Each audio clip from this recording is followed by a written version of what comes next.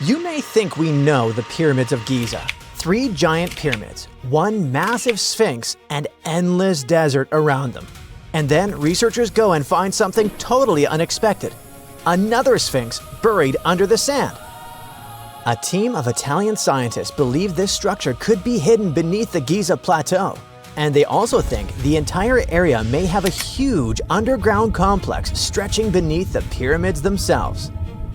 This discovery started with radar scans and satellite images. Researchers studied the layout of the Giza Plateau very carefully. The Great Pyramid, the Pyramid of Khafre, and the Pyramid of Menkaure, and the famous Sphinx. That's when they noticed something strange. The lines connecting the pyramids and the Sphinx seemed to point toward another raised area nearby. That mound is huge, around 108 feet tall. That's the height of a 10-story building. It seems to be made mostly of hardened sand, and it's important because carving a giant structure into bedrock would be much harder. There's another detail making this theory even more interesting. The famous Dream Stele, a giant stone slab in front of the Great Sphinx, shows not 1 sphinx, but 2. For a long time, people thought that was just symbolic artwork. But what if it shows something real? The idea is that ancient builders created 2 giant guardian statues, but one of them later disappeared under layers of sand. Researchers say that the geometry of the site makes this theory difficult to ignore. The alignment between the pyramids, the visible sphinx, and the hidden mound appears unusually precise. The patterns just line up too well to look random. Even if there's no second sphinx, it could point to hidden chambers, tunnels, or even an underground citadel. Right now, though, this is still a theory. No one has excavated the site yet, and many archaeologists remain skeptical. But the scans, the shapes underground, and the strange alignment patterns make people consider this idea seriously. Besides, the story gets even stranger. Ancient carvings near the Great Sphinx describe a bizarre moment from the life of Prince Thutmose IV. According to the inscriptions, the young prince fell asleep in the shadow of the Sphinx while it was still buried in sand. Then, in a dream, the giant statue supposedly spoke to him and promised him the throne of Egypt. But only if he cleared the sand away and uncovered it. That story was carved into stone thousands of years ago. Could it contain clues we've missed for centuries? To get more data, the team scanned the ground beneath the Great Sphinx, the nearby pyramids, and the area that connects the Sphinx to the Pyramid of Khafre, the second largest pyramid at Giza. And according to the scans, strange structures may exist deep underground. Vertical shafts, long horizontal tunnels, and branching passageways. Researchers think that some of these formations connect into a massive underground network stretching below the pyramids and the Sphinx. The coolest thing is that the underground patterns seem to be symmetrical. The hidden structures beneath the area mirror each other almost perfectly. That symmetry is one of the main reasons the researchers think this isn't some random geology. The theory itself didn't appear out of nowhere either. More than 10 years ago, Egyptologist Bassam el-Shamma also suggested that once a second Sphinx could have existed. He based this idea on ancient Egyptian records and myths describing lightning striking the Sphinx. He thought that those stories could actually refer to a real monument that no longer existed. It could vanish because of time, weather, or even ancient beliefs. Most Egyptologists don't accept this idea, and only a small group of people support it. After all, no excavations have confirmed the existence of a hidden Sphinx or underground city. But the radar scans, the underground patterns and ancient carvings, and the strange symmetry beneath Giza might mean that we still have no idea what's really buried under the pyramids. At this point, researchers are still waiting for permission from Egyptian authorities to study the mysterious mound more closely. At least we know much more about the Great Sphinx of Giza, one of the oldest and most mysterious monuments on Earth. The statue is gigantic. From its front paws to its tail, it's about 240 feet long, almost the length of a football field. It rises around 66 feet, about as tall as a 6-story building, and at its widest point, the body reaches over 60 feet across. To construct it, ancient builders didn't move giant blocks into place like they did with the pyramids. They actually cut the Sphinx straight out of the rock beneath the desert's surface. Over the centuries, wind, sand, and humidity slowly damaged the monument. Large parts of the Sphinx had to be repaired again and again. Workers added layers of limestone blocks around the base to stop the structure from crumbling. And then there's the missing nose, probably the most famous mystery. A lot of people believe Napoleon's soldiers blasted it off with cannons during the French campaign in Egypt, but that story isn't true. Drawings from before Napoleon even arrived already show the Sphinx without its nose. Interestingly, researchers who studied the face found marks suggesting someone deliberately broke the nose off with the help of such tools as rods or chisels. But nobody knows exactly who did it or why. Now, most people call the statue the Sphinx, but technically, that's not even correct. The creature from Greek mythology had the body of a lion, the head of a woman, and wings. But the one in Egypt looks different. It has a lion's body, a human head, and no wings at all. So technically, it belongs to a totally different category. Even its name changed over time.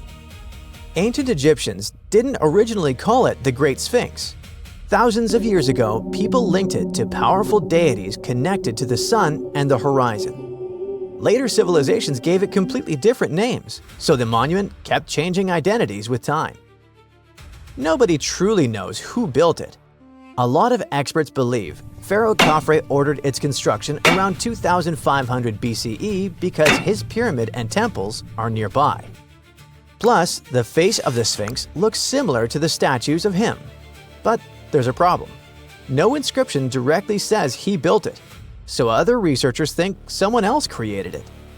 Plus, archaeologists have found something else that makes the story even stranger. Near the Sphinx, they've uncovered abandoned tools, stone blocks, and even unfinished meals left behind by workers. It looked like people suddenly stopped working and walked away in a hurry. The workers themselves weren't starving slaves like many people imagine. Excavations showed they ate high-quality meat, beef, sheep, and goat. That kind of food was expensive in ancient Egypt, so the workers were likely skilled laborers with an important status. The Sphinx also looked completely different back then. Today, it has this faded sandy color, but thousands of years ago, it may have been covered in bright paint. Researchers found traces of red on its face and hints of blue and yellow on its headdress. Sadly, even restoration works may cause damage. During repairs in the early 20th century, parts of the Sphinx's headdress broke off. Later restoration attempts used materials that actually harmed the soft limestone underneath. At one point, a huge chunk crashed off the statue's shoulder. The Sphinx also once had a beard. And today, pieces of that beard are kept in museums in London and Cairo. But even here, researchers argue. Some experts believe the beard belonged to the original statue. Others think people added it centuries later during restoration projects. Despite its terrifying appearance, the Egyptian version of the Sphinx was actually seen as a protector. The evil, dangerous version most people know comes mainly from Greek mythology. Ancient Egyptians viewed their Sphinx very differently.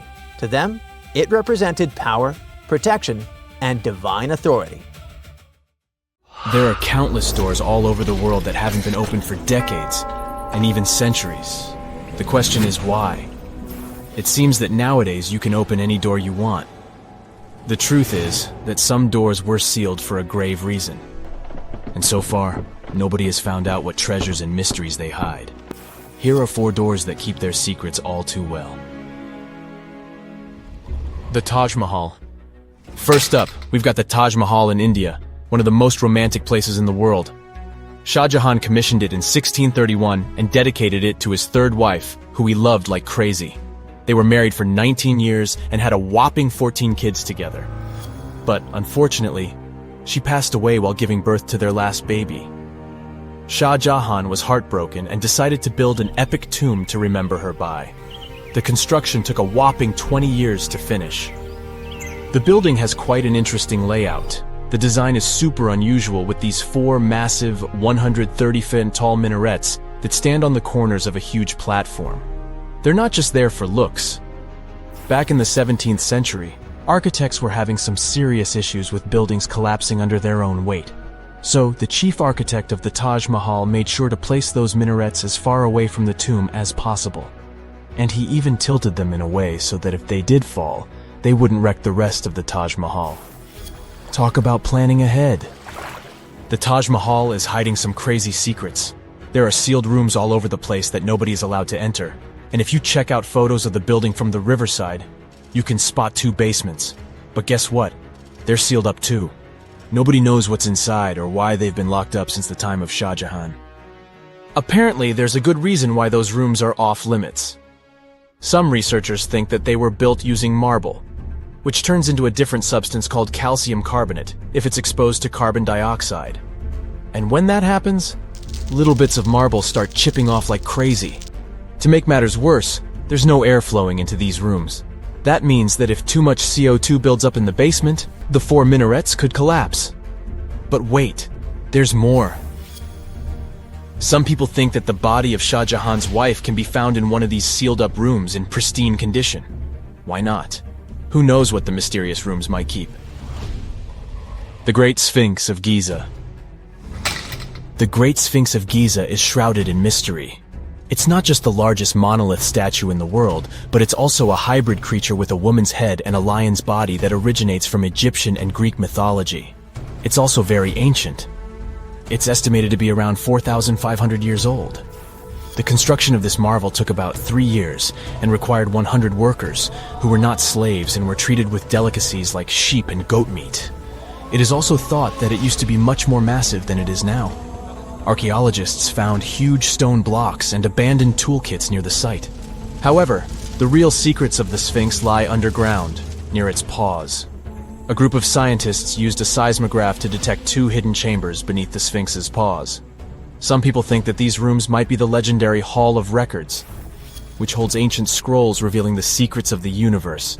I mean, that's way cooler than any library I've ever been to.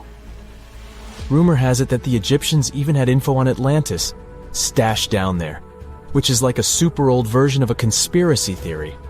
Unfortunately, we can't go on an adventure to check it out just yet.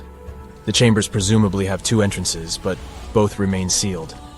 The researchers haven't yet received the green light to check out their theory. Let's hope they won't keep us in suspense forever. Sri Padmanabhaswamy Temple.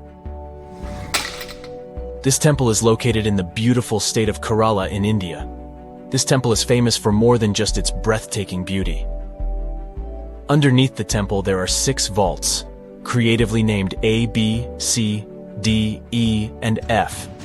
The enormous iron doors to these chambers add to the mystery of what's behind them. A few years back, the authorities decided to open these vaults to the world, but it wasn't an easy task. You can't just open the doors and enter the vaults. It required a lot of work. It took them a while, but finally, in 2011, they opened 5 of the 6 chambers. And guess what they found? Tons of treasure. Bags of gold, precious gemstones, and priceless diamond jewelry. The estimated worth of everything found in the vaults is a whopping $1 trillion. It's like the temple was the real-life inspiration for Aladdin's Cave of Wonders. But wait, I said 5 of the 6. What happened to the last one? Vault B has remained closed, but not for lack of trying. They simply didn't manage to open it. There is even a belief that it's fatally cursed. Legend says that only a saint or sage can break the curse by chanting a specific mantra. But no one has been able to do this yet, presumably because we don't have saints or sages at our disposal. There is also rumor that in the 30s some temple invaders tried to enter Vault B to do some good old looting. But they never reached their target. Apparently terrible snakes materialized out of nowhere and chased the gang away. But of course, this is just an urban legend, and there is not proof of that. However, it is said that the Auditor General dealing with the temple claimed that Vault B had been opened at least 7 times since 1990, and nothing bad happened to anyone who entered. Who knows? Maybe we should send Indiana Jones to check it out. The First Emperor's Tomb. Deep under a hill, completely undisturbed and surrounded by dangerous traps, lies an ancient 2,000-year-old tomb. It belongs to Qin Shi Huang, the first emperor of China. He was born in the Qin state and became king when he was just a boy. But when he grew up and gained full power, he united the warring states ancient China was divided into by conquering them. After that, he created the Qin dynasty. When he died in 210 BCE, they buried him deep underground in a massive tomb. And when I say massive, I mean massive!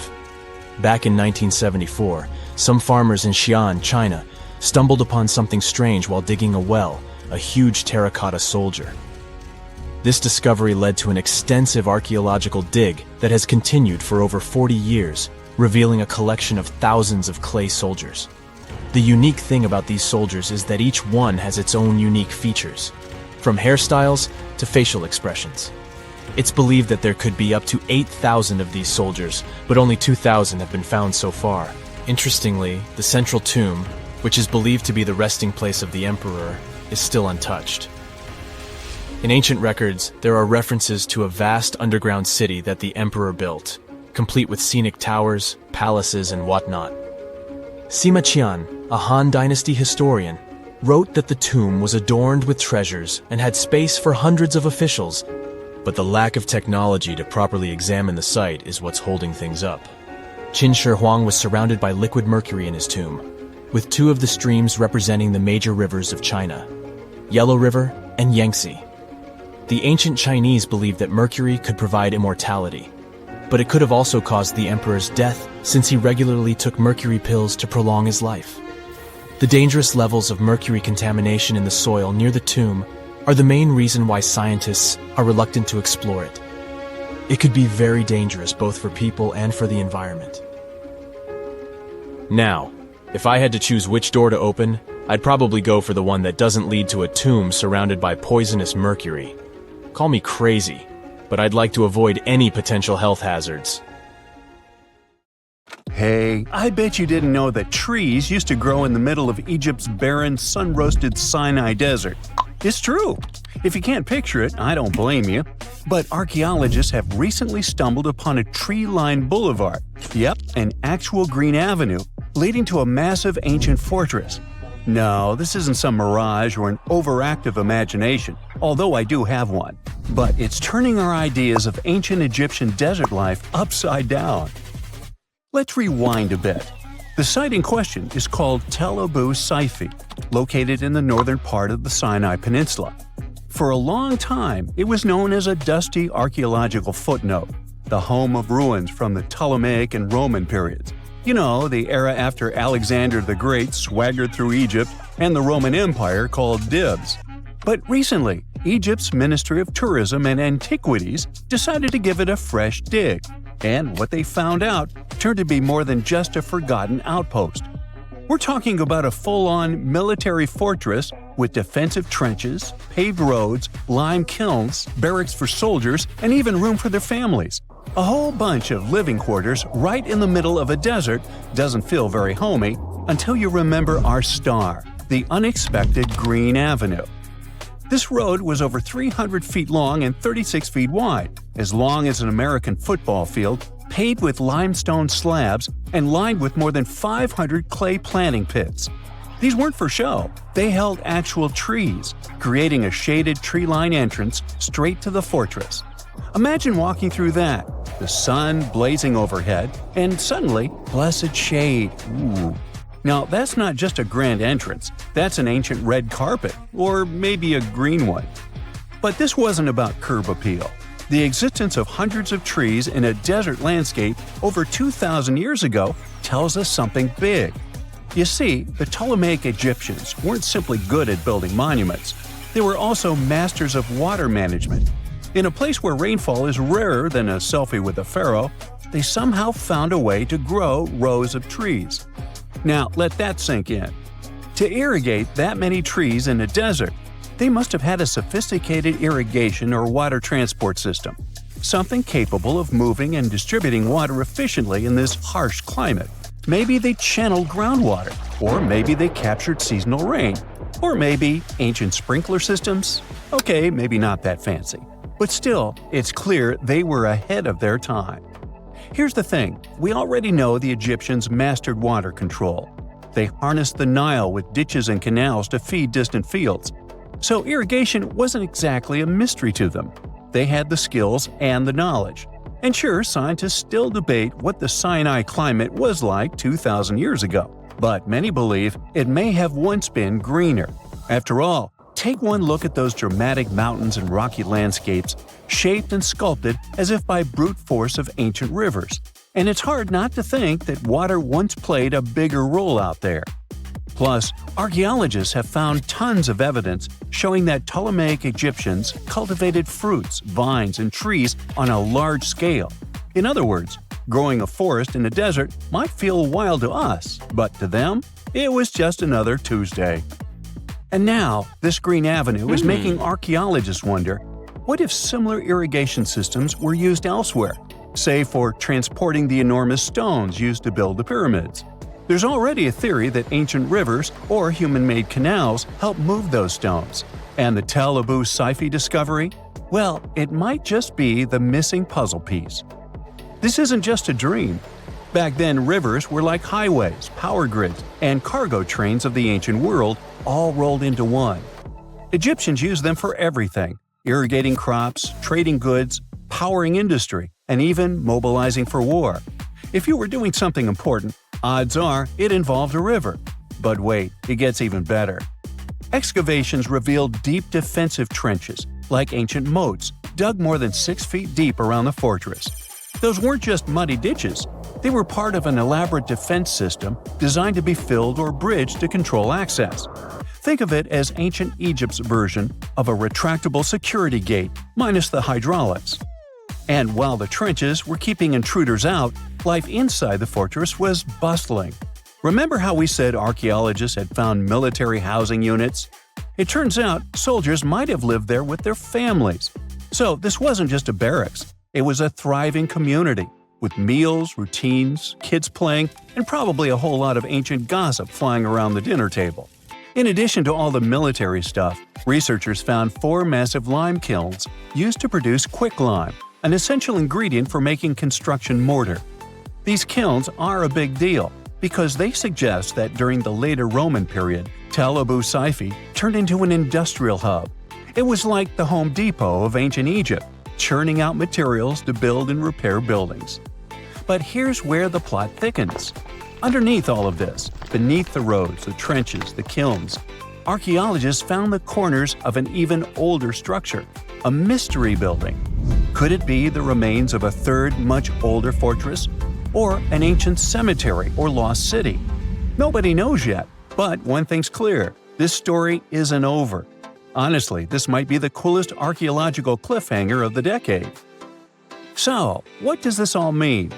Well, for starters, it challenges everything we assumed about desert life in ancient Egypt. For the longest time, deserts were thought of as natural barriers, dry, deadly, and empty. But this find suggests that the desert might have once been green and full of life, not because the climate was dramatically different, but because the Egyptians were incredibly good at bending the environment to their will. They didn't just survive in the desert, they transformed it. It also adds fuel to the fire in the age-old debate about ancient Egyptian tech.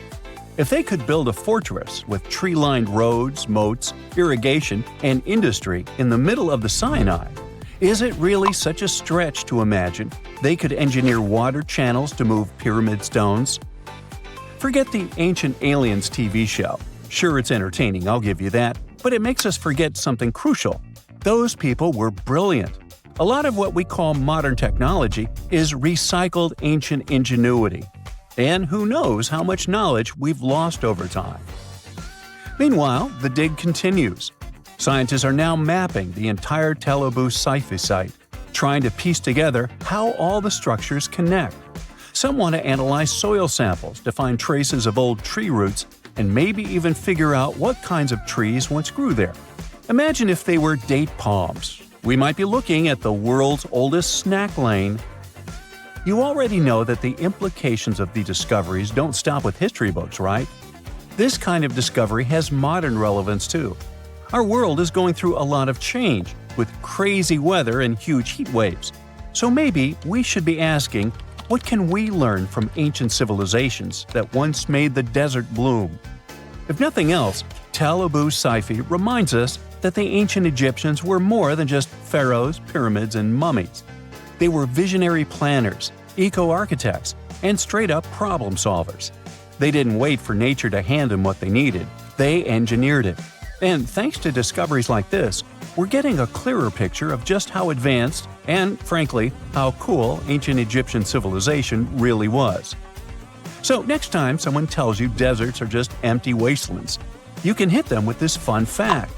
Over 2,000 years ago, in the heart of the Sinai Desert, there was a fortress with a tree-lined avenue, moats, military housing, an industrial center, and even a secret underground structure.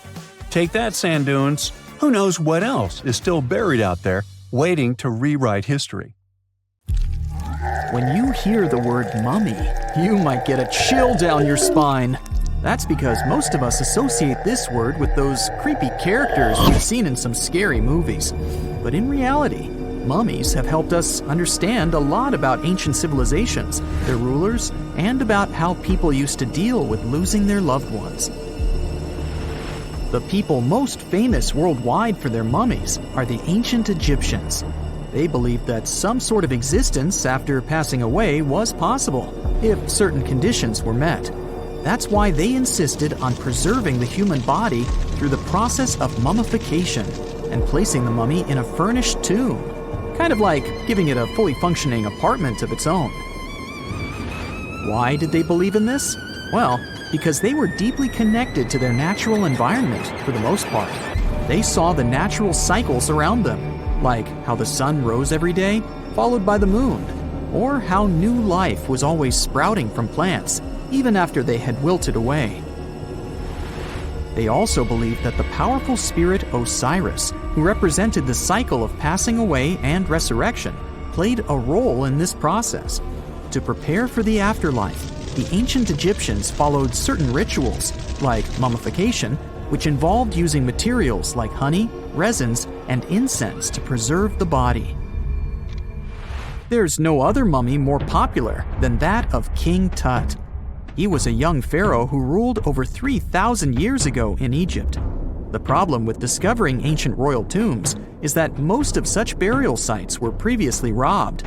People knew ancient rulers had been left with many valuable belongings, so those locations became vulnerable to thieves.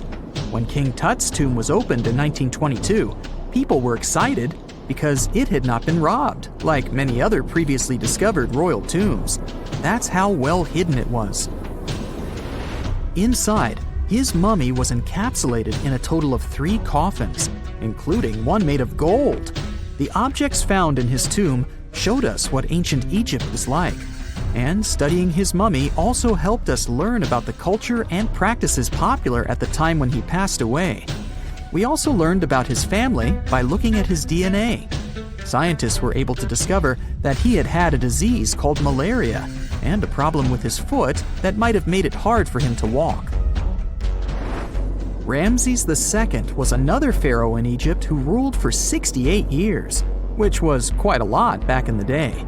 He was known for his expansion campaigns and building projects. Many objects from his time as a ruler still exist today, including a large statue of him. Ramses II was about 6 feet tall and lived to be about 90 years old. After looking at his mummy, scientists concluded that he may have had a medical condition that affected his spine. Now, remember those thieves I mentioned before? They are probably the reason why Ramses II ended up in a plain coffin in a secret collection of royal mummies at Deir al-Bahari, which was rediscovered in 1881. Thankfully, archaeologists were able to identify him because his journeys had been recorded on his wrappings. The process was really tedious too. In fact, in ancient Egypt, the mummification process could take a staggering 70 days to complete. A special person would say a very specific speech while delicately handling the body and drying it out using a type of salt called natron. They also used linen and resin to make the body look more lifelike and to wrap it in cloth. The tomb was equally as important for ancient Egyptians. The walls of King Tut's tomb, for example, were adorned with intricate artwork that depicted his journey to the afterlife, from his burial procession to his passage through the underworld. The ancient Egyptians believed that everyone made this journey after passing away, and they filled their tombs with items and paintings to help the person in their spiritual travels. Additionally, the walls of the tomb were decorated with spells from a special book, which contained a collection of poems that the Egyptians believed would help people reach the afterlife. And speaking of how important this journey was, people also placed food in these ancient tombs. In King Tut's tomb, archaeologists discovered 36 jars of vintage beverages and 8 baskets of fruit, which were believed to be left there to help him in his journey to the afterlife. The Egyptians believed that traveling to the afterlife took a really long time, so they left a lot of supplies, such as food and water, to sustain their loved ones. Pharaohs also generally had numerous luxurious garments and beautiful jewelry in their tombs to ensure that they would have a fashionable journey. These items included various types of linen clothing, such as tunics, scarves, gloves, and headdresses, as well as a lot of gold jewelry with precious stones, like bracelets, buckles, pendants, necklaces, rings, and even precious depictions of insects for protection. Some were also deposited with fans made from ivory and ostrich feathers to keep them cool in the afterlife. Some ancient rulers were even placed in their forever apartments along with boats. For example, Pharaoh Khufu built the Great Pyramid at Giza as his tomb, and a large ship was found inside. King Tut, however, was buried with multiple boat paddles, but no actual boat. Instead, he had 3 chariots and numerous walking sticks made of precious materials, perhaps indicating he'd rather travel to the beyond by land, not by water. Amongst the most interesting objects found near ancient mummies are bottles of oils and perfumes. If rulers were supposed to be fashionable, why not smell nice too, right? Also, some of them had some ancient kinds of board games, most of them made out of precious materials like gold or ivory. One of those games was called Senet. It was very popular amongst the ancient Egyptians and very similar to modern-day chess. The ancient Egyptians may have the most famous mummies out there, but they weren't the first to invent the procedure. In fact, it all started in South America with an ancient civilization named the Chinchorro. As far as we know today, these people were the first to mummify their loved ones that had passed away. They did it somewhere around 2,000 years before the Egyptians started their own rituals. Sure, we can tell a lot about ancient rulers by studying these mummies, but until recently, we had no idea what they really looked like during their lifetime. Not so long ago, though, some very special mummy paintings were found by archaeologists studying ancient Egyptian objects. These mummy portraits are highly detailed paintings of individuals that were made while they were still alive. Such paintings were often painted on wood, as opposed to the classical portraits we all know about, which are painted on canvas. They are known for their realism and beauty, and have even been used by researchers to diagnose diseases by comparing them to the corresponding mummies. Some of these portraits also include depictions of jewelry, which was later found on the mummies. The recent discovery of these mummy portraits in Central Egypt is significant, as it marks the first time in over a century that such paintings have been found. Mummies appeared all around the world naturally, too. Mummification can occur without people intervening because of natural conditions, like extremely cold or hot environments, places with a lack of oxygen, or accidental exposure to chemicals that preserve the body. These conditions don't allow bacteria to grow, resulting in the body remaining more or less intact. Famous Otzi was one of these mummies. We know today he was a man who lived around 5,000 years ago in Europe. But upon his discovery in the Alps in 1991, Austrian authorities initially believed that he was a modern mountaineer because of how well preserved the body was. However, after the Iceman was removed from the glacier, it was determined that he was actually from the Copper Age. Whenever you hear about ancient ruins, you almost never picture them being suspended somewhere, or just randomly hanging on the branch of a tree, right?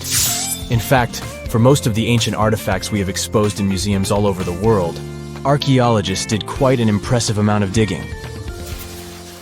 You see, buildings have this funny way of fading away over time if not properly taken care of.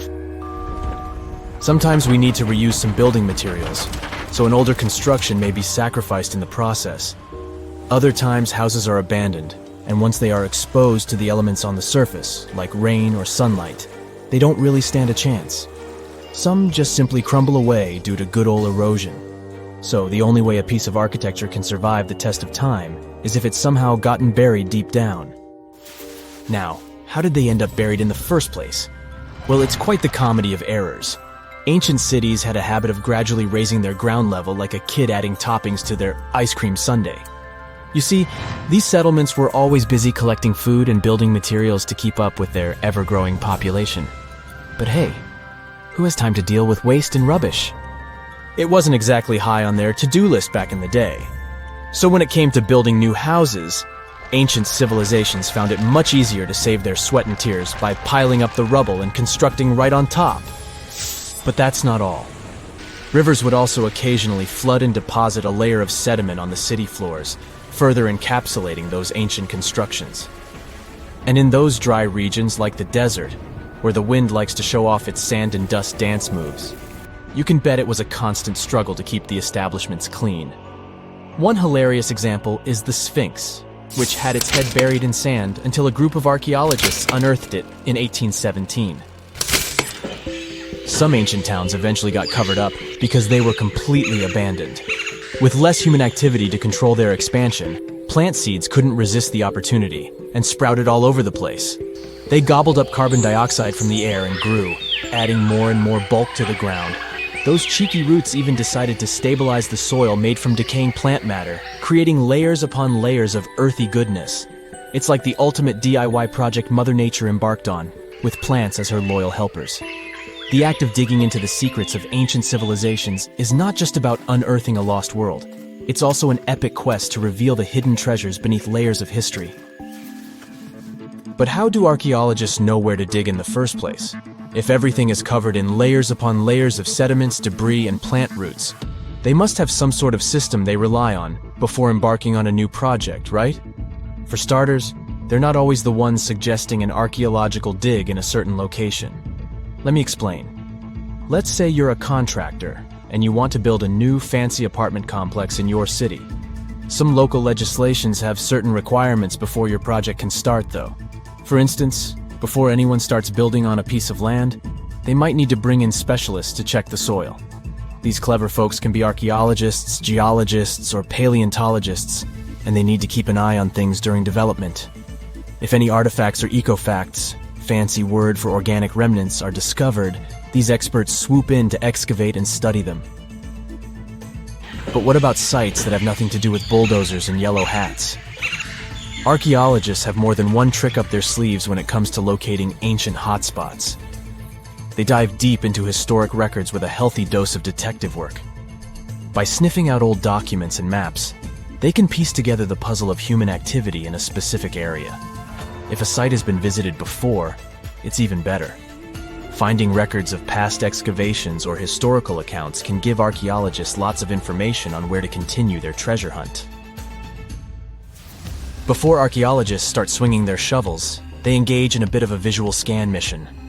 Armed with a grid system, they'll stroll around the site, keeping their eyes peeled for any artifacts that might be hiding just beneath the Earth's upper layer. From groundstone tools to historic glass and even ancient garbage dumps, yes, they're also valuable. These keen-eyed explorers can spot signs of human activity faster than most people. If they stumble upon midden soil, fancy term for a garbage dump, they know for sure that humans once called this place home. Archaeologists don't just rely on their trusty shovels, though.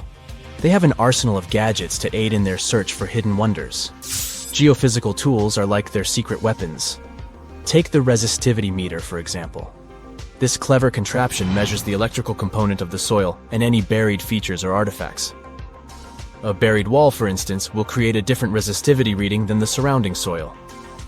Magnetometers and ground-penetrating radar work in similar ways, showcasing potential hints of ancient treasures in the soil.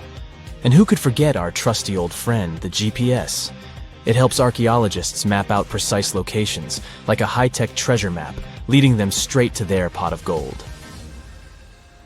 Care to virtually visit some of the most important archaeological sites in the world? Well, follow me. In the United Kingdom, for instance, you'll find this interesting place called Stonehenge. It's one of many henges scattered around, but this one really takes the cake. Picture this: massive ancient stones standing tall and proud, arranged in a funky outer ring and an inner horseshoe, with some smaller stones thrown in for good measure. And guess what? These amazing stones have been around for over 5,000 years. Talk about a serious case of rock-solid longevity. Now, here's where it gets interesting. According to local folklore, the legendary wizard Merlin whipped out his magic wand and poof! He teleported these massive stones all the way from Ireland. Apparently, some giants had assembled them there, but Merlin decided they would look much better at their new location. Others think it's just the ruined remains of an old Roman spiritual edifice. These amazing structures were built by our Bronze Age ancestors. With their simple tools and limited tech, they managed to create this monumental masterpiece. Impressive, right? Unfortunately, there's still so much we don't know about this area. Stonehenge's initial purpose remains a mystery to this day. Sure, there are lots of theories, but scientists have yet to agree on the subject. However, we do know that it's perfectly aligned to catch the sunrise during the summer and winter solstices. The ancient city of Pompeii is an equally amazing archaeological site. Picture this: Mount Vesuvius, a notorious troublemaker, decided to throw a volcanic tantrum and completely covered this ancient Roman city. It turned it into a time capsule, located outside present-day Naples in Italy. Fast forward to the year 1748, when a bunch of adventurous explorers stumbled upon Pompeii. Lo and behold, they discovered a treasure trove of well-preserved goodies: streets, houses, food. Probably a bit stale by then. Blingy jewelry, fancy sculptures, colorful frescoes, everyday household items, and even animal and human remains. It was like an epic archaeological party. From the looks of it, Pompeii had it all. Fancy houses and villas, a massive 20,000-seat arena, cute little artisan shops, hangouts like taverns. And let's not forget the saucy spots like those luxurious bathhouses for some intense pampering. There's also the Sanctuary of Apollo, where people used to gather for their daily dose of worship. And of course, the bustling heart of the city, the Forum of Pompeii, where all the cool people used to hang out. And guess what? Pompeii is so cool that it made it to UNESCO's World Heritage List back in 1997. That's like the ultimate Hall of Fame for historical awesomeness. It also includes many other famous buildings and sites, like the Taj Mahal in India and the Acropolis of Athens in Greece. Wow! Scientists have found a lost city beneath Egypt's pyramids. And it's incredibly large, bigger than the biggest target you can imagine. Underground chambers, passageways, and vertical structures. Scientists have no idea what purposes they serve. But let's start from the very beginning. Italian and Scottish scientists studying the Pyramid of Khafra discovered something that looked like secret tunnels under 3 pyramids. This find might change what we know about ancient Egypt. The expedition, called the Khafra Project, was led by Corrado Malunga from Pisa, Italy, and Filippo Biondi from the University of Strathclyde, Scotland. Their mission was to focus on exploring Khafra's pyramid, the second largest on the Giza Plateau. Scientists uncovered a massive structure beneath the Pyramid of Khafra. Could it be an ancient Egyptian underground city? The experts analyzed the data they had and came to the conclusion that 8 large vertical structures could be hiding beneath, possibly wells or shafts. They extend a staggering 6,500 feet across. Imagine placing 2.5 Burj Khalifas on the ground, one after another, and you get the sheer size of this find. These shafts also plunge nearly 2,000 feet underground. Some of the deepest underground stations in the world are located at a mere 380 feet underground or so. These cylindrical shafts are surrounded by spiral paths. Picture some old Gothic castle. They're connected to 2 giant, weirdly shaped chambers. Are those cubes? Or possibly bowls? Each of these chambers is likely more than 260 feet across. Now, even though we know about the structures now, no one has figured out their original purpose yet. Want to hear something even more shocking? Okay then, the team is almost sure that similar access points can be found under all 3 pyramids. In other words, all of them might be linked by a hidden system of underground tunnels, chambers, and passages. Even deeper, about 4,000 feet under the surface, there might be more unknown structures. And doesn't it add to the mystery?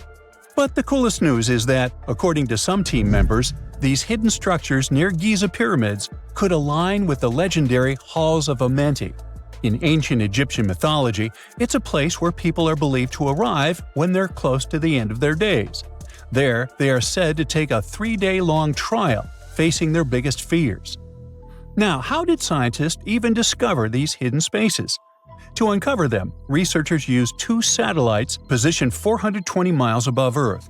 They sent radar signals to the Giza Plateau, and these signals generated detailed images, which were later compiled into a 3D model of the underground layout, including the newly detected shafts.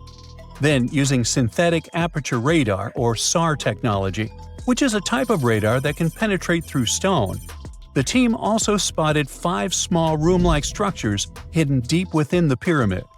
One of these chambers contained a sarcophagus, which was once thought to be the tomb of Pharaoh Khafre. But now, scientists believe this was a mistake. The true burial site is likely to be elsewhere. In any case, these 5 hidden rooms were completely unknown before the scans. They seem to be arranged in the center of the pyramid and are linked to underground pathways leading somewhere below the structure. There's an opinion that these tunnels could lead to more hidden chambers and wells. Some of them might be around 4,500 years old. Wow, what if they help us solve ancient civilization mysteries? Preliminary data suggests that all this underground space can be much more than a few empty chambers. There might be many more hidden structures near the Giza pyramids. How come? Well, the thing is, the structure appears to include hollowed-out sections with spiral pathways leading even deeper underground. Refining the images hinting at this could reveal an extensive subterranean network. It might be a whole city hidden under the surface. Now, despite the excitement surrounding these findings, there are also a lot of people who don't believe in the existence of the underground city. They're skeptical about the archaeological discovery in Egypt due to the lack of peer-reviewed verification. That's why several archaeologists and radar experts have challenged the validity of the claims. They've explained that the technology used to make the discovery may not be advanced enough to produce such detailed underground imagery. According to them, the 5 smaller chambers found near the surface could be natural formations, since the area had had sacred significance long before the construction of the pyramids. Some experts have even dismissed the use of radar methods in this context altogether. They call these methods scientifically unproven and question their accuracy. The discovery has also reignited discussions about ancient Egyptian myths and the possibility of hidden texts lying somewhere beneath the Giza pyramids. The layout of the newly detected underground chambers shares similarities with mythological accounts of the Hall of Records, a rumored chamber that could preserve early Egyptian wisdom. If confirmed, these findings could significantly reshape the understanding of Egypt's sacred topography. Plus, this lost city beneath Egypt's pyramid could become physical evidence of previously unknown underground structures. That's why the Khafre project is super eager to begin excavating to confirm their findings. But getting approval from Egyptian authorities is a challenging process. The discoveries still need to undergo peer review before they are accepted by the academic community.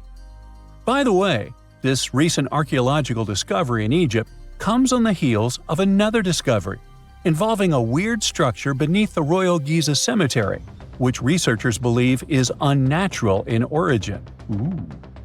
Archaeologists used remote sensing techniques and uncovered a mysterious L-shaped structure underground in the Western Cemetery of Giza.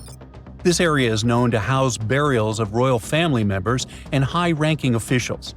Many of the tombs in the cemetery have above-ground mastabas, rectangular stone or mud brick structures with flat roofs. But there is an area in the center of the cemetery where there are no above-ground structures. To investigate this unexplored region, the team used electrical resistive tomography, and ground-penetrating radar. ERT works by sending electrical currents into the ground and measuring the resistance to detect remains.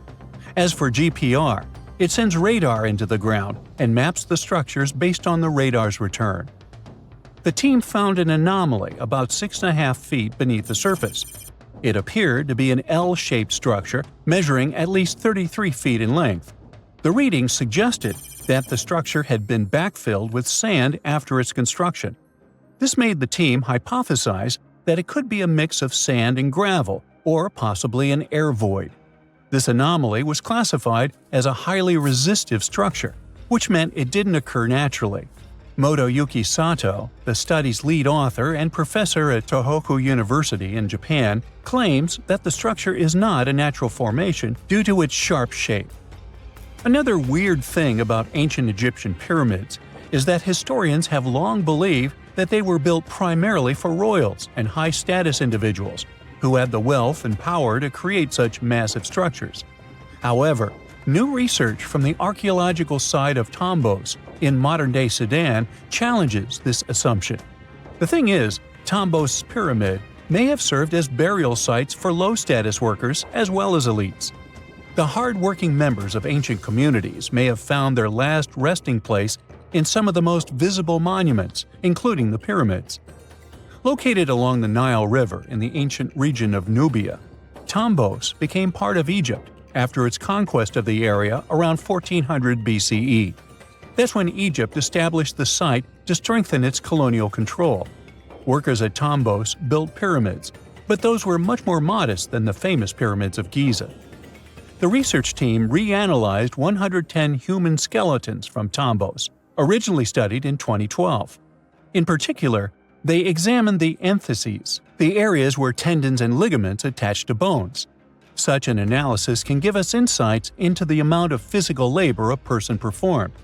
When someone does hard labor, their bones often develop distinct crests and ridges at these attachment points due to the stress on the tendons and ligaments. And while some skeletons showed little change in their entheses, suggesting they belonged to individuals from the upper classes, others showed more serious changes. It means they belong to lower-class workers. This finding can totally challenge our earlier understanding of pyramid burials, especially the idea that only elites were buried in the pyramids, because the pyramids themselves were designed for the elite. This recent research may prove that lower-class workers may have found their final resting place in these monumental structures too. We know that the ancient Egyptians were talented enough to build something as grand as the pyramids, but were they also smart enough to measure the speed of light? There's a theory circulating online that says exactly that. If you look at these two numbers, you'll see that they match completely. The first one is the speed of light in a vacuum measured in meters, and the second one is the latitude of the Great Pyramid of Giza. So, was it done on purpose, or is it just a coincidence? Well, happily, we can tell you that it's actually just a coincidence, not another conspiracy thingy. The Great Pyramid is just one of the many places in the world that share the same latitude. And more importantly, even if the ancient Egyptians had somehow measured the speed of light and chosen to keep it a secret from the rest of the world, they wouldn't have used meters to put it down. Meters were only defined at the end of the 18th century. The builders of the pyramids used a different unit of measure called cubits. 1 cubit is equal to 1.5 feet.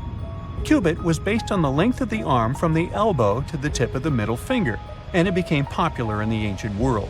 So if they wanted to impress the rest of the world and set the pyramids at a point that matched the speed of light in cubits, they would have to build their iconic constructions somewhere in Europe. And then the Danish astronomer who first measured the speed of light in 1676 would have been really upset to know that someone had done it centuries before him. So, although they were ahead of their time in many aspects, the ancient Egyptians never measured the speed of light or used longitude and latitude to map their locations. The base of the Great Pyramid of Giza might seem like a perfect square, but it's actually an 8-sided structure, not 4-sided.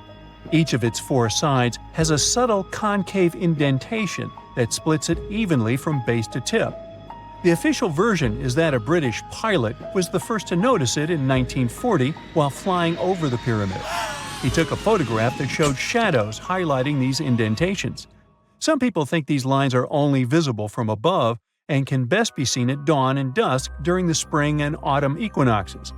This has led to a freaky theory that the ancient Egyptians might have designed the pyramids to communicate with something looking at them from above. Now, the Great Pyramid is one of only 3 pyramids that used to have a swivel door. It weighed around 20 tons, but they could still easily open it from the inside. Its precise fit made it nearly invisible from the outside, with no visible latch or handle. There were only slight variations in the exterior stone that gave out an opening.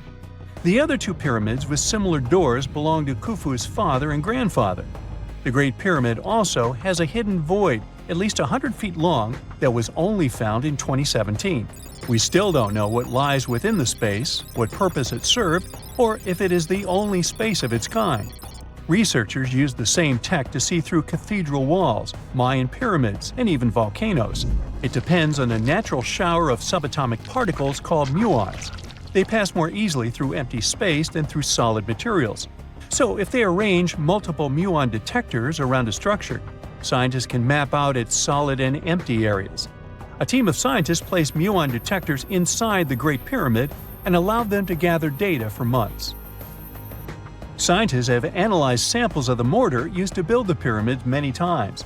Although we know its composition, modern technology still can't replicate it.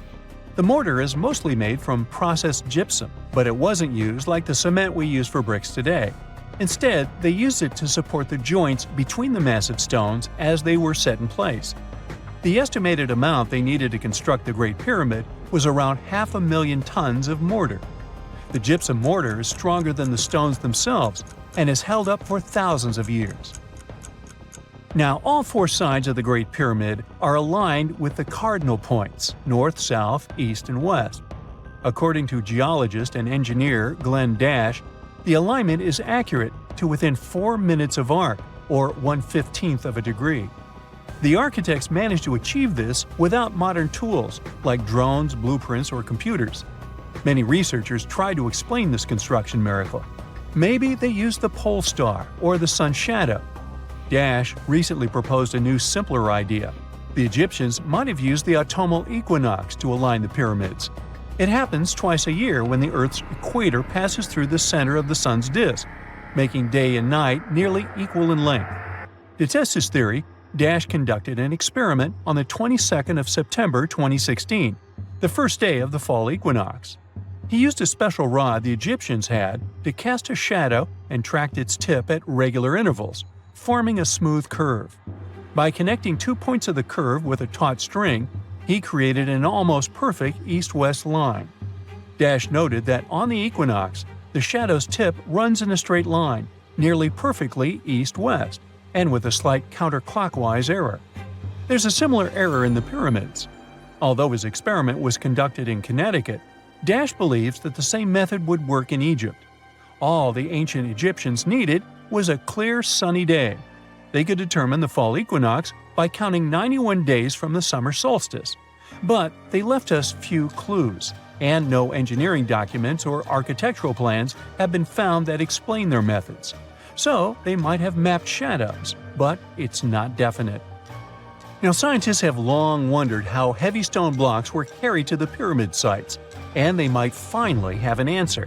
A research team from the University of North Carolina, Wilmington, has discovered that 31 pyramids are likely to have been built along a long-lost ancient branch of the River Nile. It's now hidden under desert and farmland. For many years, archaeologists have thought that ancient Egyptians must have used a nearby waterway to transport materials, equipment, people, and whatever else they needed to build the pyramids on the river. But up until now, they weren't certain of the location, shape, size, or proximity of this waterway to the site of the pyramids. The group of researchers used radar satellite imagery, historical maps, geophysical surveys, and sediment coring to map the river branch. They believe it was buried by a major drought and sandstorms thousands of years ago. The team managed to go below the sand surface and get images of some hidden features thanks to radar technology. They found hidden rivers and ancient structures running at the foothills of where most of the ancient Egyptian pyramids lie. The discovery of this extinct river branch helps explain the high pyramid density between Giza and Lisht, in what is now an inhospitable area of the Sahara Desert. Now, Egypt isn't the only country with the most pyramids in the world. The champion's title here goes to its southern neighbor, Sudan. It has between 200 and 255 pyramids, compared to Egypt's measly 138. They were built by members of the Kingdom of Kush, an ancient civilization that ruled the lands along the Nile River many years ago. They started erecting pyramids around 500 years after the Egyptians had stopped doing it. Their pyramids are much smaller than the Egyptian ones, but were built for the same purposes. Archaeologists are still working to find out how the pyramids in the Sudan were built, how long it took to complete them, and what happened to their society. Most people know that pyramids were built as grand tombs for the pharaohs, designed to ensure they had a smooth journey to the afterlife. The Great Pyramid of Giza, for instance, was constructed for the pharaoh Khufu. But what most people don't know is that this whole pyramid building trend started right here with the step pyramid of Djoser about 4,700 years ago. This massive structure was built for Pharaoh Djoser, a ruler from Egypt's 3rd dynasty. It rises 7 layers high above the ground and stands about 200 feet tall.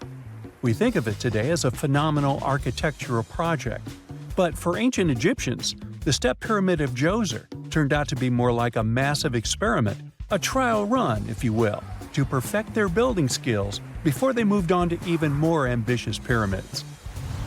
Reaching new heights is super exciting, but the real mystery is what is going on below the ground.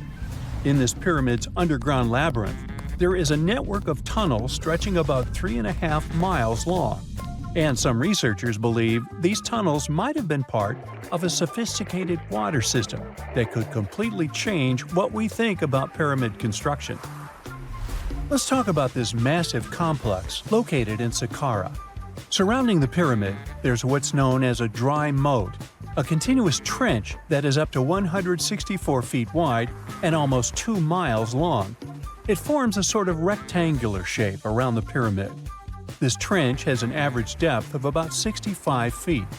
Now, if you were to add up all the earth and rock they dug out to create this moat, it would be about 10 times the volume of the step pyramid itself. For the longest time, people just assumed this trench was nothing more than a huge quarry, a place where they dug up stone and clay to build the step pyramid. Makes sense, right? But when you take a closer look, it doesn't add up. The trench is too narrow and deep to be practical for mining, and its layout doesn't match anything we know about ancient Egyptian quarrying methods. Plus, some sections of the trench are actually covered with a rocky ceiling, which would have made it nearly impossible to use as a quarry. Another theory suggests that the dry moat had some kind of spiritual significance. Maybe it was a sacred place, where souls of nobles gathered to serve the late king in the afterlife. There are even niches in the walls that work as a hint at this spiritual function. But most researchers believe that this purpose likely developed much later, long after the complex was built for Djoser. So, what was the moat really designed for? In 2020, a researcher came up with a pretty intriguing idea. It is possible that this trench was actually designed to collect and manage water, especially after heavy rainfalls. Now, that makes sense when you consider the location. The moat sits in an area that could easily have been flooded by runoff water from nearby plains. This could also explain why the trench wasn't used for new graves until much later when the climate became drier and less prone to flooding. The story becomes even more intriguing, as this trench appears to be part of a larger, more complex hydraulic system within the Djoser complex. It is like the trench has several compartments, carefully carved out of the rock and connected by tunnels. These compartments likely served as a part of a water treatment system, where water would flow from one compartment to the next, getting cleaner as it moved along. Now, here is where things start to tie into the pyramid itself. The Djoser complex has a series of underground shafts, and some researchers think that water from the moat's deep trench might have been used to power a hydraulic lift system. And this giant water-powered elevator could have been used to raise the heavy stones needed to build the pyramid. It worked like a volcano, but instead of lava, water did the heavy lifting. Imagine a big deep hole in the ground at the center of the pyramid site. Inside this hole, there was a huge wooden platform, kind of like a giant raft that could move up and down. When the workers wanted to lift a heavy stone, they would fill the hole with water. As the water rose, the wooden platform started to float up, carrying the stone with it, almost like a giant water-powered elevator. When the stone reached the right height, the workers slid it off the platform and onto the pyramid. The idea is that water from the deep trench, after being cleaned and filtered, would flow into these shafts. A massive float, possibly made of wood, would then rise as the water filled the shaft, lifting the stones up to where they were needed for construction. Once the stone was in place, they'd let the water out, lowering the platform back down to the bottom, ready to lift the next stone. This fancy hydraulic lift system could have been a game changer, making the whole building process a lot faster and more efficient without using a lot of workforce. It is like the ancient Egyptians were already embracing the whole idea of work smarter, not harder. But of course, not everyone is on board with this theory. Some experts argue that the area where the step pyramid of Djoser was built couldn't have held enough water from occasional rains to maintain such a fancy hydraulic system. The main theory suggests that, in the past, there might have been some kind of lake nearby that would have filled up after a period of rain, and this lake could have supplied water to the complex's hydraulic system. But there is no mention of such a lake in any ancient Egyptian writings, so it might be more of a what-if situation than a reality. And then there's the issue of the hard work itself. Remember when I said this method could have allowed the ancient builders to raise stones with far less effort? Well, that might not be entirely true. According to some experts, just building this hydraulic device would have required a lot more heavy work than simply moving the stone blocks using good old-fashioned manpower.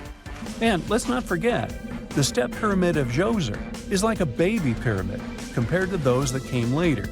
The stones used for Djoser's pyramid weighed, on average, about 660 pounds each, which is nothing compared to the more than 2.5-ton blocks used later for the pyramid of Chephren. If this cool water lift theory gets completely ruled out, we still need to explain how this pyramid was built in the first place. To answer that, we need to rewind a bit and talk about the original plans. See, before Djoser's tomb became a pyramid, the idea was to construct a simple mastaba. This type of tomb was pretty common in earlier periods, a flat-roofed, rectangular structure with sloping sides. But after the original mastaba was finished, they decided to expand it a bit by adding more layers on top. And then they added even more layers, until the construction reached 6 distinctive steps, each one smaller than the previous. And they probably did all this by raising those heavy stones using ramps, not a water-powered elevator. There is still so much we don't know about the step pyramid of Djoser. More research is definitely needed to fully understand how this system worked, or if it even existed at all. But the idea of using water to help build the pyramid adds a whole new layer to our understanding of ancient Egyptian engineering.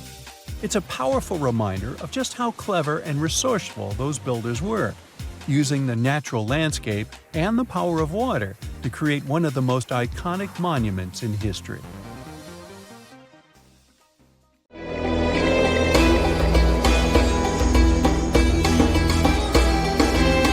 The Great Pyramid was created as the final resting place of ancient Egyptian monarch Khufu. According to legend, French leader Napoleon entered the Great Pyramid and came back out looking shaken and super pale. He never revealed what he saw inside, but whatever it was is said to have affected him for the rest of his life. When Napoleon entered the pyramid, he would have walked through a super tight and ascending passageway. He'd then go through another passageway, known as the Great Chamber. This corridor would have been much taller than the previous one, and would have cobbles too. He'd then reach the King's Chamber, the centerpiece of the Great Pyramid, which was lined with huge blocks of granite. but it wouldn't have looked as grand as we might imagine. There are no hieroglyphics decorating its walls, as Egyptians only began decorating the burial chambers of pyramids much later on. The pharaoh's tombs deep inside the pyramid would have also been filled with treasures, from chunks of gold to the world's most expensive jewelry. But this would have all been looted a long time ago. The only thing that probably would have been left in there would have been a huge sarcophagus, which would have once contained the king's mummy. You'd also have to walk past the queen's chamber. This room most likely didn't hold any queens though, as pyramids were usually only built for one person. There are mysterious tunnels leading from here. To this day, no one is really sure what they're there for. And that's not the only mysterious and creepy thing Napoleon may have encountered, as stories of pharaohs leaving ancient curses on pyramids go way back. Many pyramids had warnings written on the outside, telling of horrifying things that would happen to those who entered and disturbed the peace. We might not know what exactly Napoleon found in the Great Pyramid that scared him so much, but we know for sure what was found in Tutankhamun's tomb. Tutankhamun was an ancient Egyptian pharaoh who was only 8 or 9 years old when he took to the throne.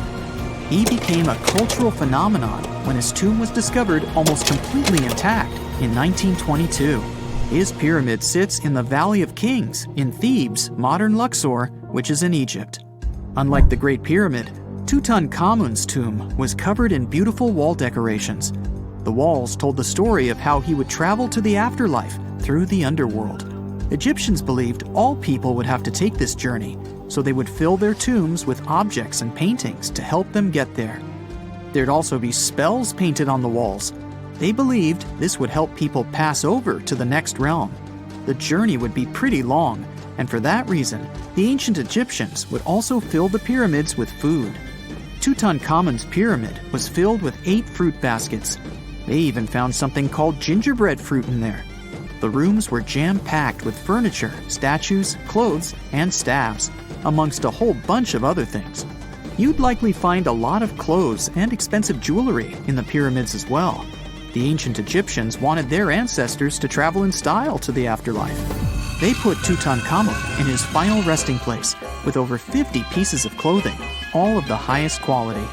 There were tunics, scarves, gloves, and headdresses, and a ton of jewelry. Bracelets, pendants, necklaces, rings, and scarabs for protection were all found inside. Each of them was made of gold or precious stones. There were also fans made of ostrich feathers to keep the old pharaoh cool in the hot Egyptian sun. But the temperature inside the pyramids never actually went above 68 degrees Fahrenheit. The ancient Egyptians developed a super cool air conditioning system that we don't fully understand even today. Tutankhamun's pyramid also contained 130 walking sticks made from ebony, ivory, silver, and gold to help him on his journey. There were 3 chariots hidden away in case he got tired of all the walking. They also put 11 boat paddles inside, but there was no sign of any boat. The pyramids would be littered with the pharaoh's favorite scents and perfumes. During the excavation of Tutankhamun's pyramid, it quickly became clear that it had been robbed during ancient times. There was damage to doors and traces of oils left in empty jars. It looks like someone raided the pyramid for gold and the scents, perfumes, and oils that had been left for King Tut. There was still a bit of perfume, which was made from coconut oil and frankincense, left in one bottle. It seems like Pharaoh Tutankhamun loved board games. There was an ivory traveling set of Senet in his pyramid. Although we don't know for sure exactly how to play it, we have figured out it was sort of an ancient Egyptian version of backgammon. It looks like it was a 2-player game where the goal was to knock your opponent off the board. Not really sure who Tutankhamun's mummy was supposed to play with though. The ancient Egyptians had some rituals that may seem pretty strange to us. For example, they used to shave their eyebrows off if they ever lost a cat. So it's not too surprising they put some really weird things inside pyramids. Archaeologists discovered a collection of mummified cats and scarab beetles in pyramids that date back more than 4,000 years. They were found in the pyramids of Saqqara, which is south of Cairo. They also found a bunch of makeup kits and mirrors inside. Makeup was worn proudly by both men and women in ancient Egyptian times. eyeliner was the most popular cosmetic. The Rosetta Stone was one of the best discoveries ever made in pyramids. It was found by our man Napoleon Bonaparte and his team. It's a black granite rock that dates back to 196 BCE. It's transcribed in Greek, Demotic, and hieroglyphic. When it was translated in 1822, we got the key to understanding ancient Egyptian hieroglyphics for the very first time. The discovery of Queen Hatshepsut's mummy in 1903 changed our understanding of the Egyptians forever. After she had passed away, her successor, Thutmose III, removed most of the evidence of her reign, so we basically knew nothing about Egypt's first great female leader. She's now gone on to become one of the few and most famous female pharaohs of Egypt. Pharaoh Khufu even had a fully fledged boat in his pyramid. Archaeologists uncovered more than 1,200 pieces of a giant boat near the Great Pyramid at Giza. They reassembled the boat, and it's a whopping 144 feet long. It's most likely a solar boat, which was designed to carry the resurrected king with the deity Ra. Fun fact, the Pyramid of Giza is the last remaining of the 7 wonders of the ancient world. The other 6 are the Hanging Gardens, the Colossus, the Temple of Artemis, the Mausoleum, the Lighthouse, and the Statue of Zeus. This pyramid was also the world's tallest man-made structure for 3,800 years, and it's the biggest pyramid in Egypt. It took a staggering 2.3 million blocks of limestone, and some weighed as much as 80 tons. It took an incredible 100,000 laborers and a whopping 23 years to build. Its original height was a mega 480 feet. In 2017, archaeologists discovered something weird about Egypt's Great Pyramid. There's a hidden void that's at least 100 feet long, and no one really knows why it's there or what's actually inside it. The weird void is the first inner structure discovered within the 4,500-year-old pyramid since the 1800s. Scientists used cosmic rays to detect the massive hole, but are still no closer today to finding out what's inside. The ancient Egyptians took a lot of care building the pyramids, and everything was strategically placed and structurally sound, so it's super unlikely that this hole is due to blocks falling over time. Loads of pyramids also contain small model figurines called ushabti. These represented attendants. They believed they would come to life to serve the pharaohs in the afterlife. But it's amazing that all this stuff actually fit inside.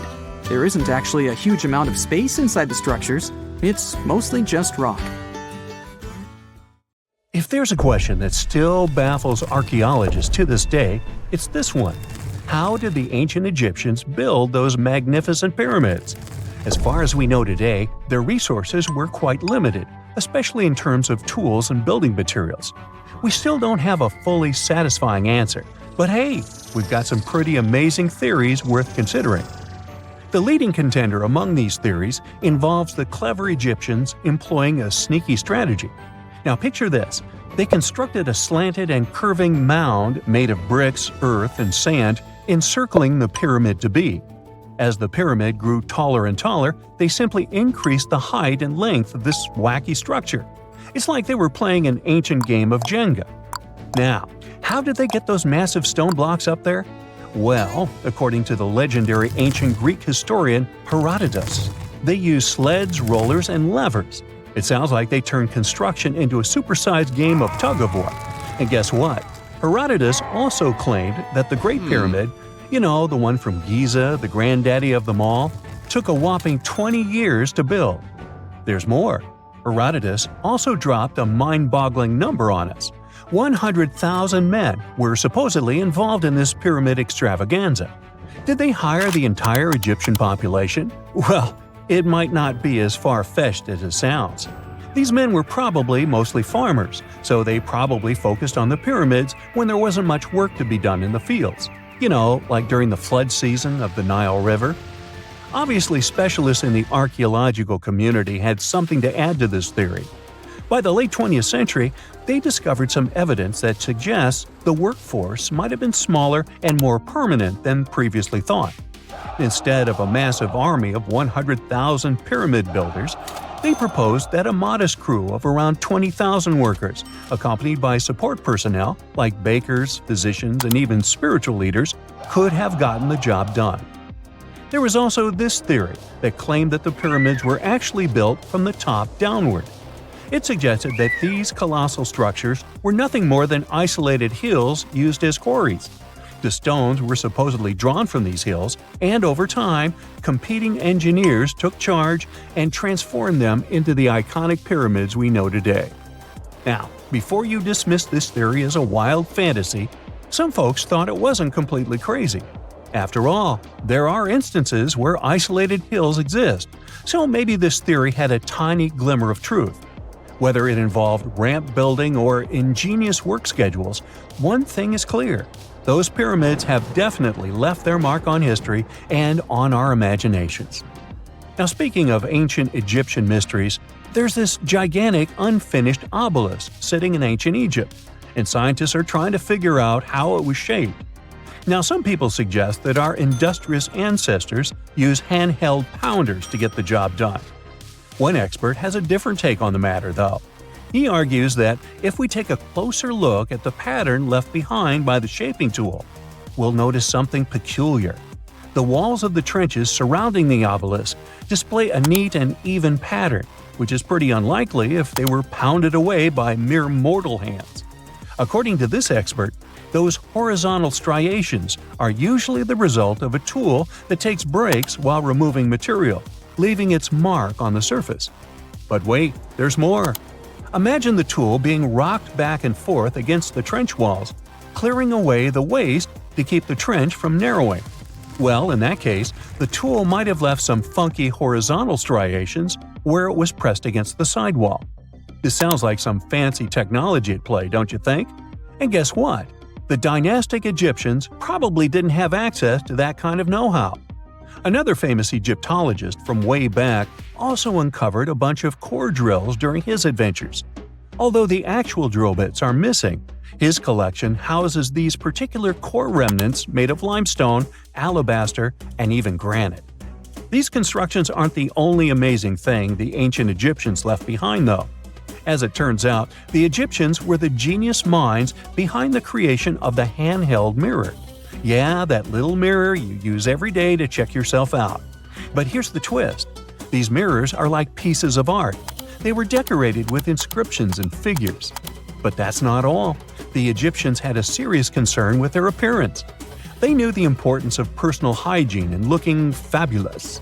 So, in their quest for pearly whites, they invented toothbrushes and toothpaste. Dental problems were pretty common back then, and their smiles weren't exactly all white. Dentistry wasn't their strongest suit, you see. Maybe their minds were distracted by all that pyramid building. So that doesn't mean those ancient toothpaste recipes weren't amazing. One delightful concoction included rock salt, mint, dried iris petals, and pepper. Some brave dentists in the 21st century tried it out, and it worked pretty well. Ground-up ash was also used in another recipe to create a tooth cleansing paste. Mint was missing, so that didn't do much for their breath. That's when the genius Egyptians came up with the world's first breath mints. They made tablets from heated spices like cinnamon, and they mixed it with honey. Now, let's shift gears to home decor, Egyptian style. They surely took ornamentation to the next level. While the concept of decorating furniture started in Mesopotamia, the Egyptians cranked it up a notch. They went all out with different colors of ink and even developed various weights of paper. Oh, and let's not forget about those cute little area rugs we all have in our homes today. Guess who came up with the idea? Yep, the Egyptians. They used the versatile papyrus plant to make those cozy rugs. And speaking of trends, the Egyptians loved their knickknacks.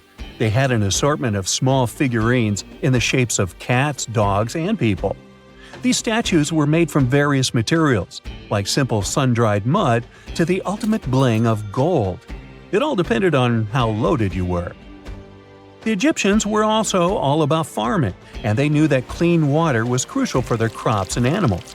That's why they came up with some nifty inventions and techniques to make sure their land was fertile and their plants were happy.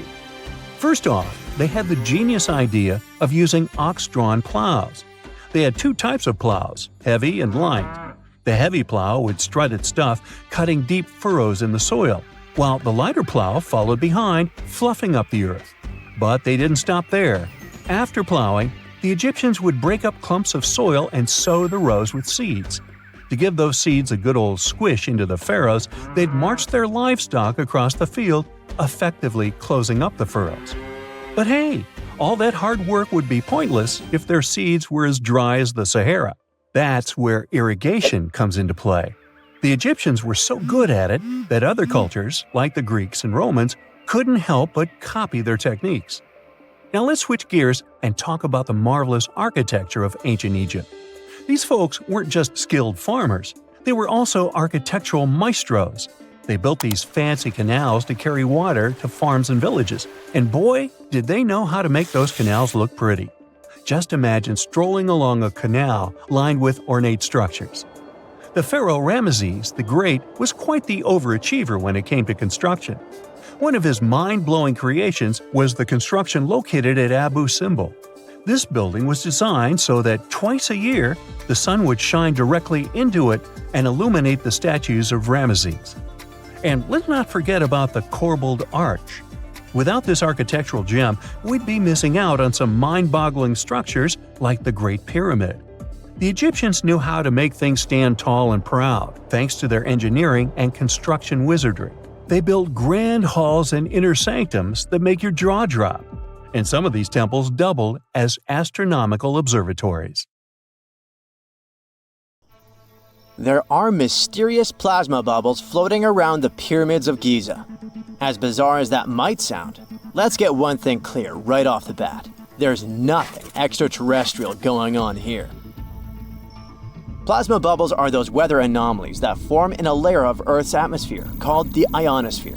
This is an invisible layer surrounding our planet that stretches roughly from 50 to 400 miles above Earth's surface, right at the edge of space. In this layer, the sun, being the giant hot power that it is, basically cooks gases, splitting them into electrically charged particles called plasma. Here's where it gets interesting. At night, especially near the equator, these charged particles get disturbed, and when a bunch of them suddenly vanish at the same time, it forms what we call a plasma bubble. Imagine it like a big empty pocket where the plasma is missing or its quantity is lowered. But it's only considered a plasma bubble if this phenomenon occurs on a large scale, typically around 62 miles in size. If you're already packing your suitcase for Egypt and have put binoculars to look at the tips of the pyramids, I'm sorry to say that we can't see these plasma bubbles with the unaided eye. It's all happening way above our heads, completely invisible to us.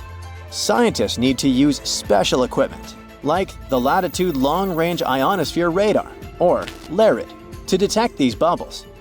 This advanced technology helps researchers track and observe the movement and formation of plasma bubbles in real time. This formation, by the way, can be triggered by solar storms. That brings us to November 2023, when an impressive solar storm occurred. On a scale from 1 to 5, this one was classified as a G3, which is considered a strong event. Solar storms occur when sunspots are basically cooler, darker areas on the sun's surface, release bursts of energy into space. These flares triggered several geomagnetic storms on Earth. While this might sound like doomsday stuff, it didn't disrupt our daily lives too much. In fact, it was great news for skywatchers, since the solar storm created stunning auroras, with the northern lights visible as far south as Greece and Turkey. But this particular storm in 2023 also had another interesting consequence. It caused the largest plasma bubble ever recorded by the Chinese radar. This phenomenon was so massive that it covered regions as far apart as the Egyptian pyramids and the Midway Islands in the Pacific Ocean. Now that's a huge distance, and it is a big deal for science. And that's because plasma bubbles are a growing threat to modern technology. Experts say they can disrupt satellite communications and GPS systems. So if you're using Google Maps or Waze and suddenly it can't figure out where you are, a plasma bubble might be to blame. Great. We now know what's going on with those bubbles, detected above the pyramids of Giza. But things get even weirder inside this ancient construction. Apparently, the Great Pyramid of Giza has the ability to concentrate electromagnetic energy within its interior. A couple of years ago, a group of researchers decided to see what would happen if they took this ancient architecture and hit it with radio waves. I mean, waves that are similar to the kind your phone uses, but on a much larger scale, up to 1,900 feet long. But since they couldn't just start blasting radio waves at the actual pyramid, they did the next best thing: computer modeling. Using these simulations, the researchers discovered something incredible.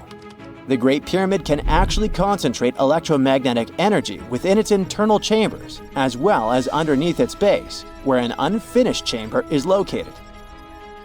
By concentrate, I mean something like trap it.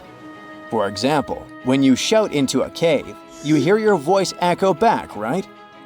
The sound waves don't just disappear, they bounce around and get focused. Similarly, when radio waves hit the pyramid, they don't just pass through or around it. Instead, they get absorbed, bounce around, and focus inside and underneath the pyramid. Our list of mysterious phenomena surrounding the Egyptian pyramids doesn't end there. Inside the pyramid, there's a long, narrow passage that leads to what's known as the King's Chamber. This room sits at the center of the pyramid, and it's believed to have been the final resting place of Pharaoh Khufu, the ancient Egyptian leader who commissioned the entire thing over 4,000 years ago.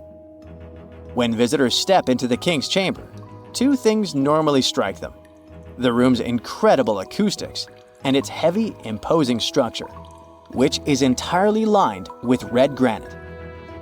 Recently, scientists have started to connect these two facts. Some researchers now believe that the King's Chamber might be able to catch or pick up sound energy generated from other parts of the pyramid. In other words, this room might have been designed to amplify sound in a way that no other chamber in the pyramid can. To test this theory, researchers conducted an experiment where they sang in the Queen's Chamber, which is located directly below the King's Chamber. Here's where it gets wild. The music couldn't be heard in the lower underground rooms of the pyramid, but it sounded loud and clear in the King's Chamber. One possible explanation for this is the type of stone used in the King's Chamber: pink granite. Granite is known for its piezoelectric properties, meaning it can absorb energy from its surroundings, like sound vibrations, and convert it into electrical energy. This suggests that the chamber's unique acoustics might be due to more than just the shape of the room. It could be that the granite itself plays a role in amplifying and concentrating sound waves. According to scientists, these discoveries open up a whole new field of research into the pyramid's potential. Could the ancient pyramids have somehow harnessed the energy created by sound waves, or even Earth's natural vibrations? It might sound far-fetched, but considering the granite's piezoelectric properties are well documented in modern science, it's not entirely impossible. Who knows? Maybe we've only just scratched the surface of what the pyramids were truly capable of. Speaking of just scratching the surface, there's even more to think about, like how the pyramids ended up in such a perfect location. It seems the builders lined up the Great Pyramid with the cardinal points, meaning its sides are almost perfectly aligned with the four main directions: north, south, east, and west. There are many theories about how they did it, but one study suggests that Egyptians might have used the fall equinox to achieve this perfect alignment. During the equinox, the sun rises and sets directly in the east and west. It probably made it easier for builders to use the sun's position as a guide. By watching the sun during this time, they could make sure the pyramids were positioned just right.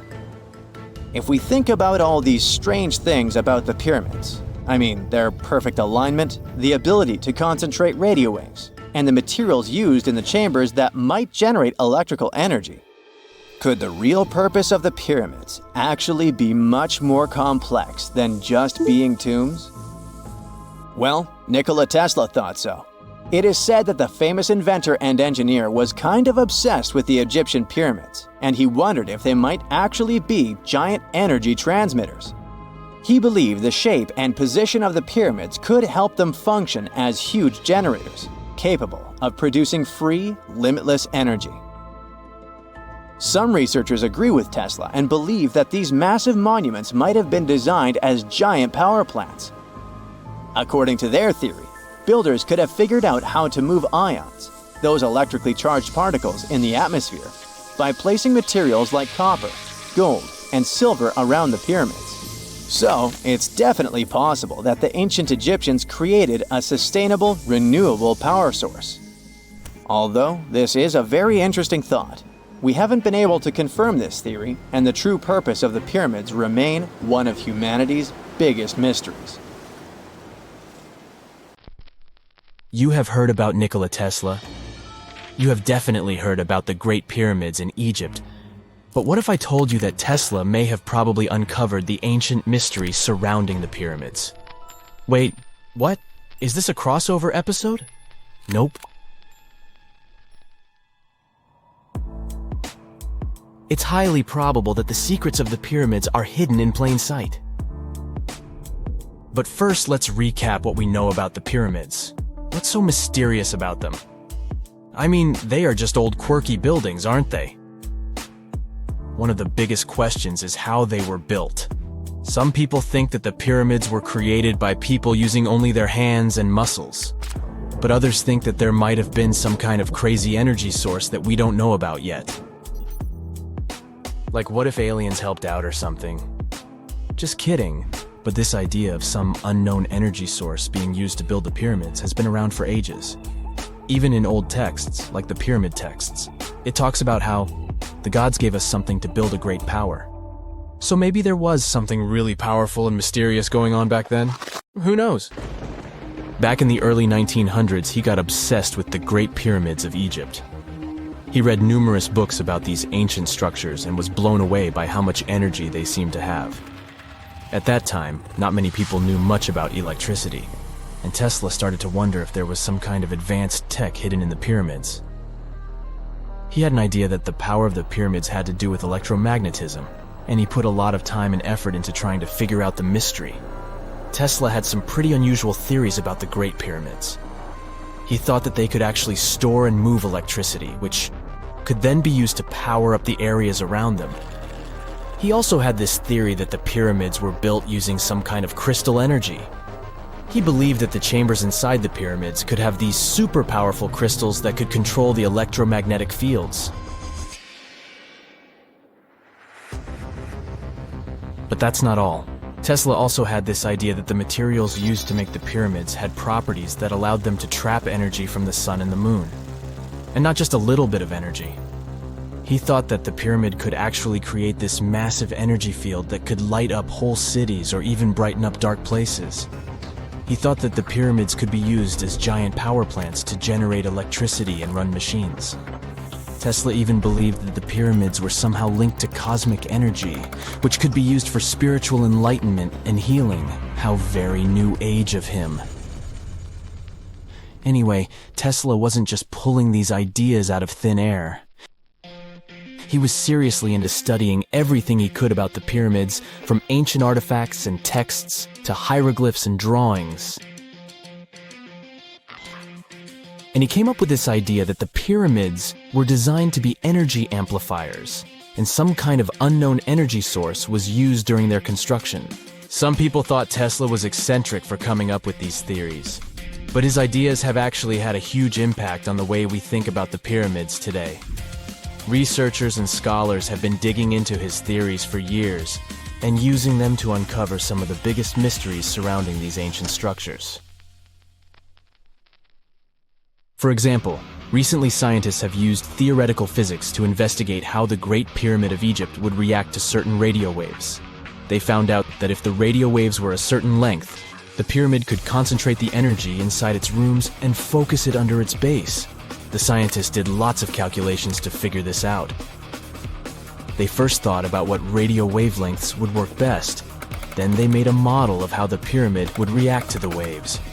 They figured out how much of the energy from the waves would get absorbed or spread out. Lastly, they checked how the energy would move around inside the pyramid when the waves hit it. To help explain all of this, the scientists use something called multipole analysis. This is when you take a complicated object and break it down into simpler parts. Then you can see how each part interacts with the energy that's coming in. It's like taking apart a puzzle to see how each piece fits together. The researchers are interested in how all of this can be used in the future. They want to make really tiny particles that can do the same thing as the pyramid, but with light. By changing the size, shape, and the material of these particles, they can control how the light moves around them. This can be really useful for things like making tiny sensors or super efficient solar cells. The scientists had to make some guesses when they were doing their research. They assumed that there weren't any hidden spaces inside the pyramid, and that the material used to build it was all the same. But even with these guesses, they still made some pretty impressive discoveries. But the pyramid study is not the only proof that Tesla was ahead of his time. There are more Tesla's projects that seemed unrealistic at the time, but that scientists and enthusiasts reevaluate and try to implement today. Let's talk about Tesla's most ambitious project, the Wardenclyffe Transmission Tower. Back in 1900, Tesla was already a big shot when it came to electrical engineering in America. People were blown away by his amazing inventions and the fact that he managed to outdo Thomas Edison in the battle of currents. However, Tesla wasn't content to rest on his laurels. He decided to embark on his most ambitious project yet, the transmission tower at Wardenclyffe. It was built between 1901 and 1905, and it was based on one of Tesla's breakthrough ideas. He had a vision to make the impossible possible by creating a global wireless communication system.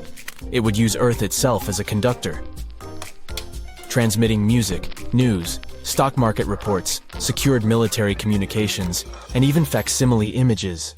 Does it sound familiar? Right, it sounds just like the internet that we use today, only without the use of any wires. But Tesla had a much bigger dream in mind, to transmit power wirelessly.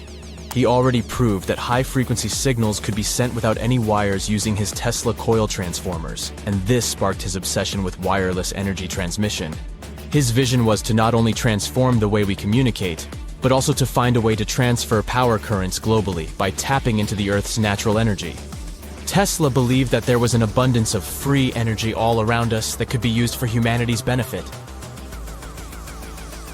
In 1899, he conducted some top-secret experiments and got convinced that it was possible to transmit electrical power through the Earth's upper atmosphere. This is actually how the Wardenclyffe Tower was created. It was supposed to be the prototype station for a network of towers all over the globe that would provide the whole world with wireless energy. Unfortunately, Tesla didn't have the resources or the patience of his investors to bring this project to fruition. It ran into all sorts of financial problems and roadblocks, and in 1917, the unfinished tower was finally torn down for scrap metal to pay off Tesla's mounting debts. Now it remains a sad reminder that even the greatest minds can sometimes fall short of their dreams. The original red brick laboratory, however, is still there, and it is the only Tesla lab that has survived. Fun fact, in 2017, a film crew made a crazy discovery. They used ground-penetrating radar to explore the area around Wardenclyffe, and they found a whole series of tunnels stretching for hundreds of feet underneath the site. Nobody knows exactly what these tunnels were used for, but people have been speculating for years that they were part of Tesla's grand plan. Wardenclyffe, of course, is a major landmark for Tesla enthusiasts from all over the world. Who knows? Maybe someone will finally crack the mystery of the tunnels one day. But even if they don't, the legacy of Tesla and his amazing ideas lives on. X-rays are a type of invisible radiation that can pass through our bodies and objects. They're very important in the field of medicine because they allow doctors to see inside our bodies without having to perform surgery. Now, let's dive into how X-rays work. They're a kind of electromagnetic radiation, just like light or radio waves. However, they have much higher energy than light, which makes them able to go through objects that light cannot. Imagine you have a powerful flashlight. If you try to shine it through a wall, the light won't go through because the wall is too thick. But these rays have enough energy to go through walls and even our bodies. The discovery of X-rays happened by accident in the late 19th century. A scientist was experimenting with cathode rays, which are a type of radiation. He was working in his lab and noticed that a nearby fluorescent screen started to glow, even though it was not directly exposed to the cathode rays.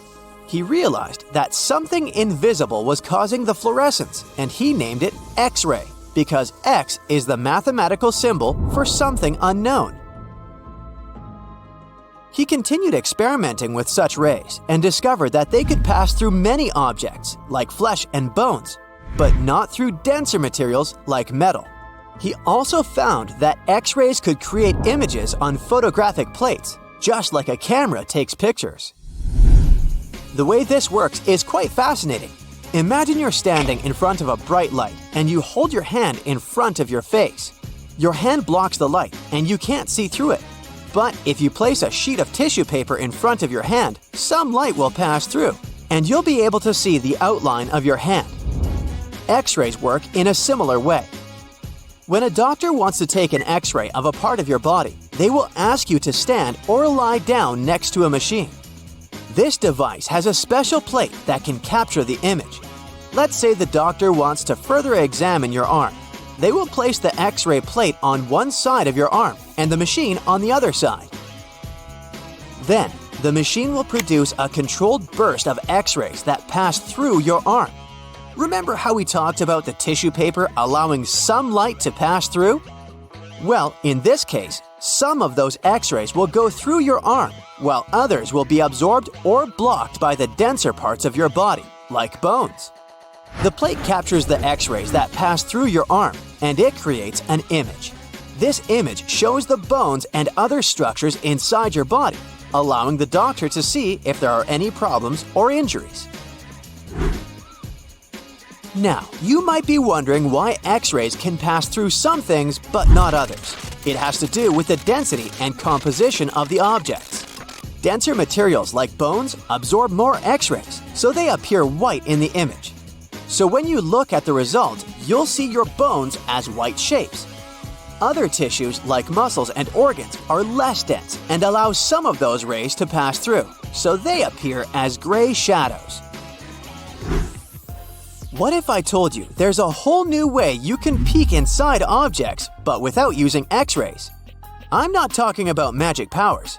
Take a comfortable seat while I explain what mutography is. This fascinating scientific technique allows us to see inside objects and even beneath the Earth's surface using a special type of particle called a muon. These elementary particles are very similar to electrons, but they're much heavier. They are created high up in the Earth's atmosphere when cosmic rays, which are particles coming from space, collide with the air molecules. Now, muons are special because they can pierce through different materials. They can pass through rock, soil, and even buildings.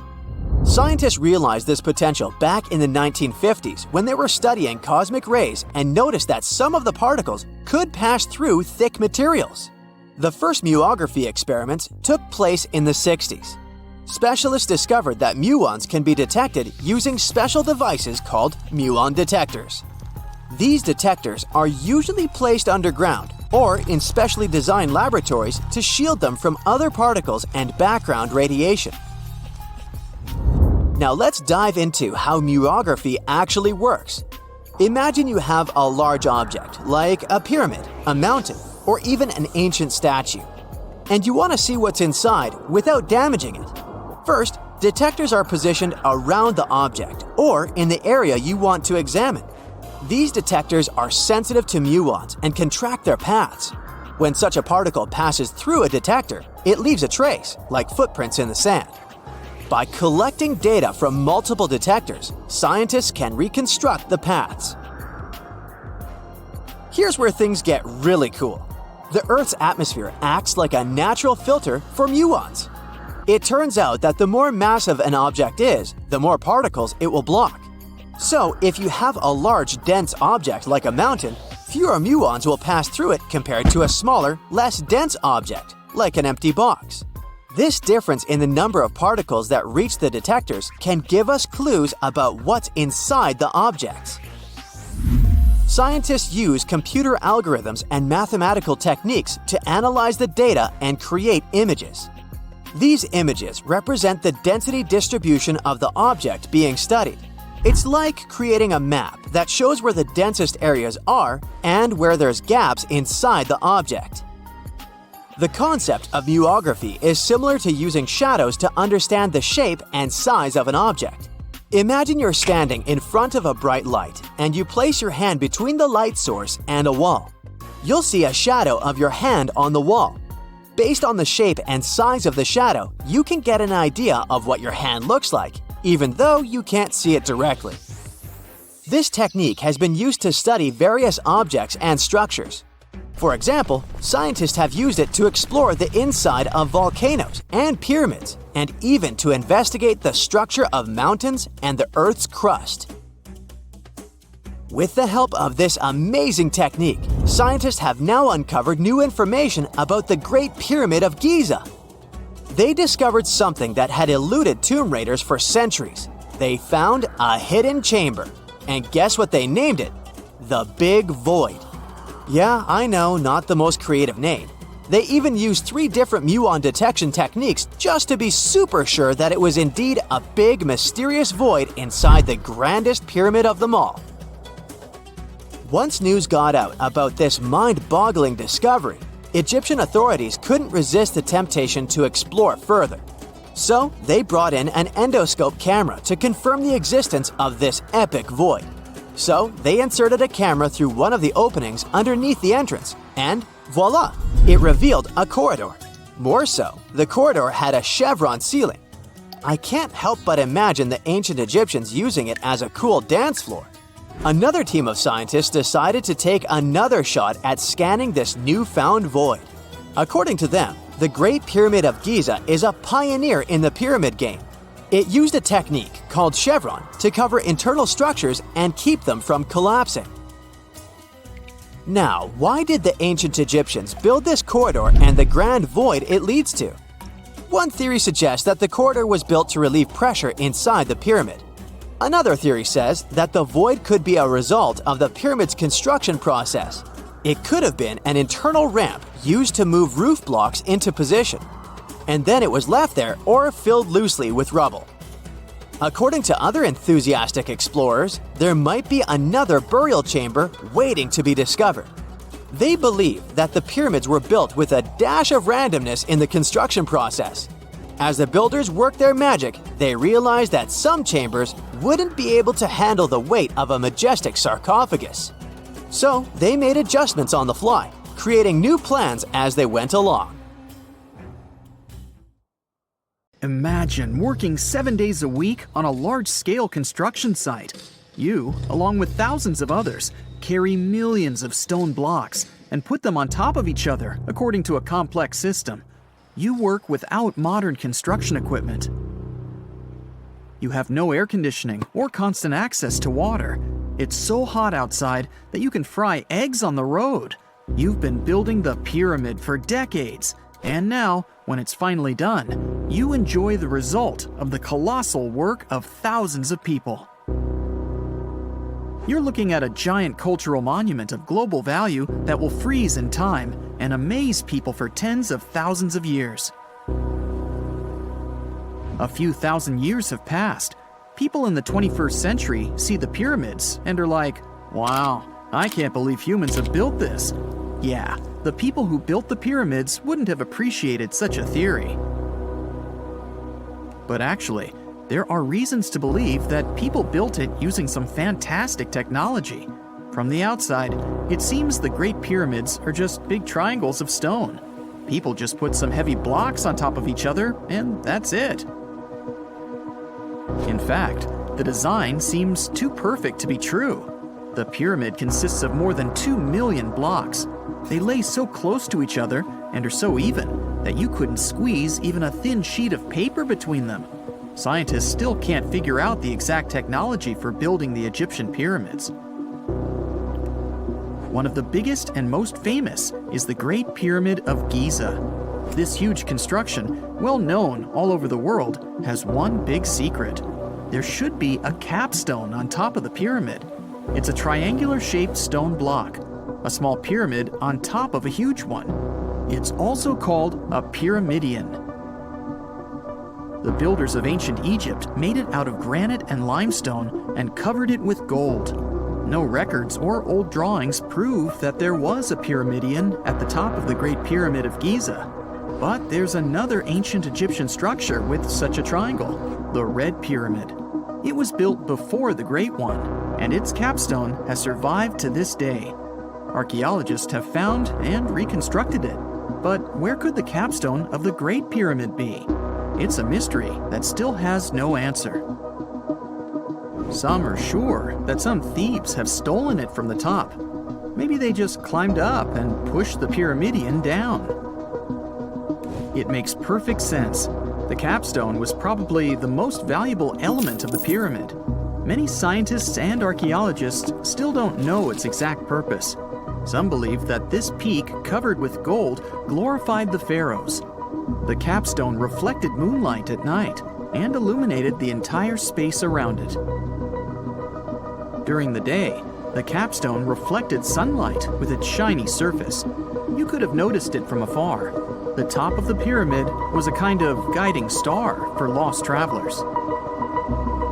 All other stone blocks of the pyramid consist of limestone. People polished them to make them look shiny. In the past, they were even glowing and reflected light. You could see glowing pyramids from space, although they looked like tiny lights. Over thousands of years, winds, sandstorms, and rains have changed the pyramid's appearance. If people had taken care of them all this time, they would have looked like something out of science fiction movies, or the pyramids from Las Vegas. But unfortunately, we will never see their original appearance. Some archaeologists and scientists believe that the capstone could absorb the sun's energy and distribute it evenly throughout the pyramid. No one knows precisely why the Egyptians needed this technology. There's a theory the pyramids are ancient energy systems. The pharaohs applied this energy to use some unique technologies that were more advanced than all the achievements of the 21st century. And the triangular shape of the pyramids was ideal for boosting this electromagnetic energy. In theory, solar radiation, or electromagnetic forces, accumulated at the top of the pyramid, filled the inner rooms, and then went down the walls to the base. Any surface distortion could prevent the flow from spreading, so they had to create a perfectly smooth surface. That's why they installed the blocks so that nobody could squeeze a needle or razor blade between them. Many people believe in this theory because they built the pyramids from limestone. This material can hold energy inside itself. In the inner part, they created granite deposits to cause air ionization, that is, to create an electric charge. They also dug channels under the pyramid for water to transmit electricity. And at the top, they put a gold capstone, the best conductor of electricity. So, this is how you get a great power generator. Different cultures used similar technologies to create electricity all over the world. But these are all theories. If it had been working, humanity would have used these technologies today. There are mentions of the metal industry, chemistry, engineering, physics, mathematics, and astronomy in some ancient records. Most scientists don't believe in all these things. We know the detailed stages of the technology's development in different cultures. In the 21st century, scientists, historians, and anthropologists can track the evolution of all modern devices. If people had created some technological inventions in ancient times, the history of the world would have looked different. Perhaps all the achievements of antiquity could have been wiped off the face of the earth by global cataclysms. And it can happen to us. Just imagine how people would dig up a laptop in 5,000 years. Perhaps they wouldn't understand what kind of device it is. Another Egyptian wonder surrounded by mystery is the statue of the Sphinx. The Egyptians carved it out of a single massive piece of limestone about 4.5 thousand years ago. But scientists still don't know the exact date of its construction or who built it. People painted the Sphinx in different colors, so it looked much brighter and more vivid in the distant past. It was shining just like the Great Pyramids. Anyway, time hasn't only changed its appearance, but its name too. Initially, the Egyptians called it Horemeket. The Greeks renamed it the Sphinx about a few hundred years after it had been built. The Sphinx emphasized the greatness of the rulers of Egypt. It also performed a symbolic function of a watchdog guarding the tomb of the pharaoh and the paths leading to it. This version sounds realistic, since archaeologists have discovered many secret entrances at the foot of the Sphinx. Perhaps these rooms and intricate tunnels lead to underground halls with treasures. And treasures don't always mean gold and jewelry. According to legends and theories, the Sphinx guards the Hall of Records, the storage of all humankind's knowledge. The information about the ancient mythical state of Atlantis could be there. You can find many detailed maps of the internal dungeons of the Sphinx on the internet. They show structures 12 stories deep under the statue. It looks like a small city filled with gold, scrolls of knowledge, and various ancient artifacts. But don't believe all these maps. These are just theories. Several thousand years have passed, but people have very little information about it. Archaeologists know that there are still many strange and exciting things about the Sphinx that are still undiscovered. Some locals are afraid to research because they believe they can awaken something terrible from the underground depths. Therefore, it's mostly scientists from other countries who conduct the excavations. In 1998, scientists discovered strange tunnels leading to empty rooms under the Sphinx. They realized that some people tried to get there through tunnels in the past, and maybe those people took all the treasures that were there. One of the legends says that some powerful artifact lays beneath the Sphinx. Its technology can change the whole world, but the locals are hiding it because it can damage the planet. Some believe that you can find evidence of unknown technologies painted on the granite walls in the pharaoh's tombs. But most likely, these paintings and signs tell us the myths and legends of ancient Egypt.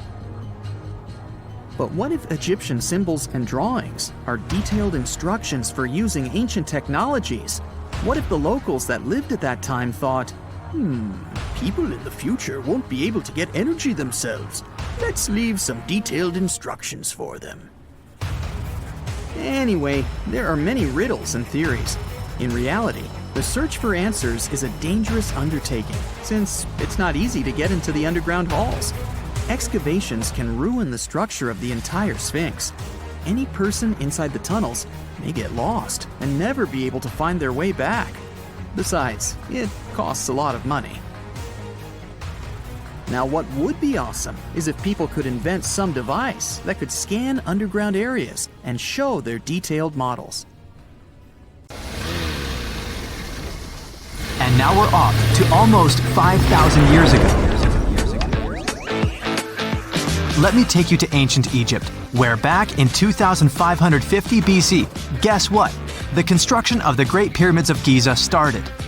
People learned to build cathedrals and skyscrapers, but it wasn't until recently that these massive buildings appeared. It's still a mystery to even modern scientists how these pyramids were built 5,000 years ago. No wonder they are one of the 7 wonders of the ancient world. They're also the oldest of them and the only wonder of the ancient world that still exists in the 21st century.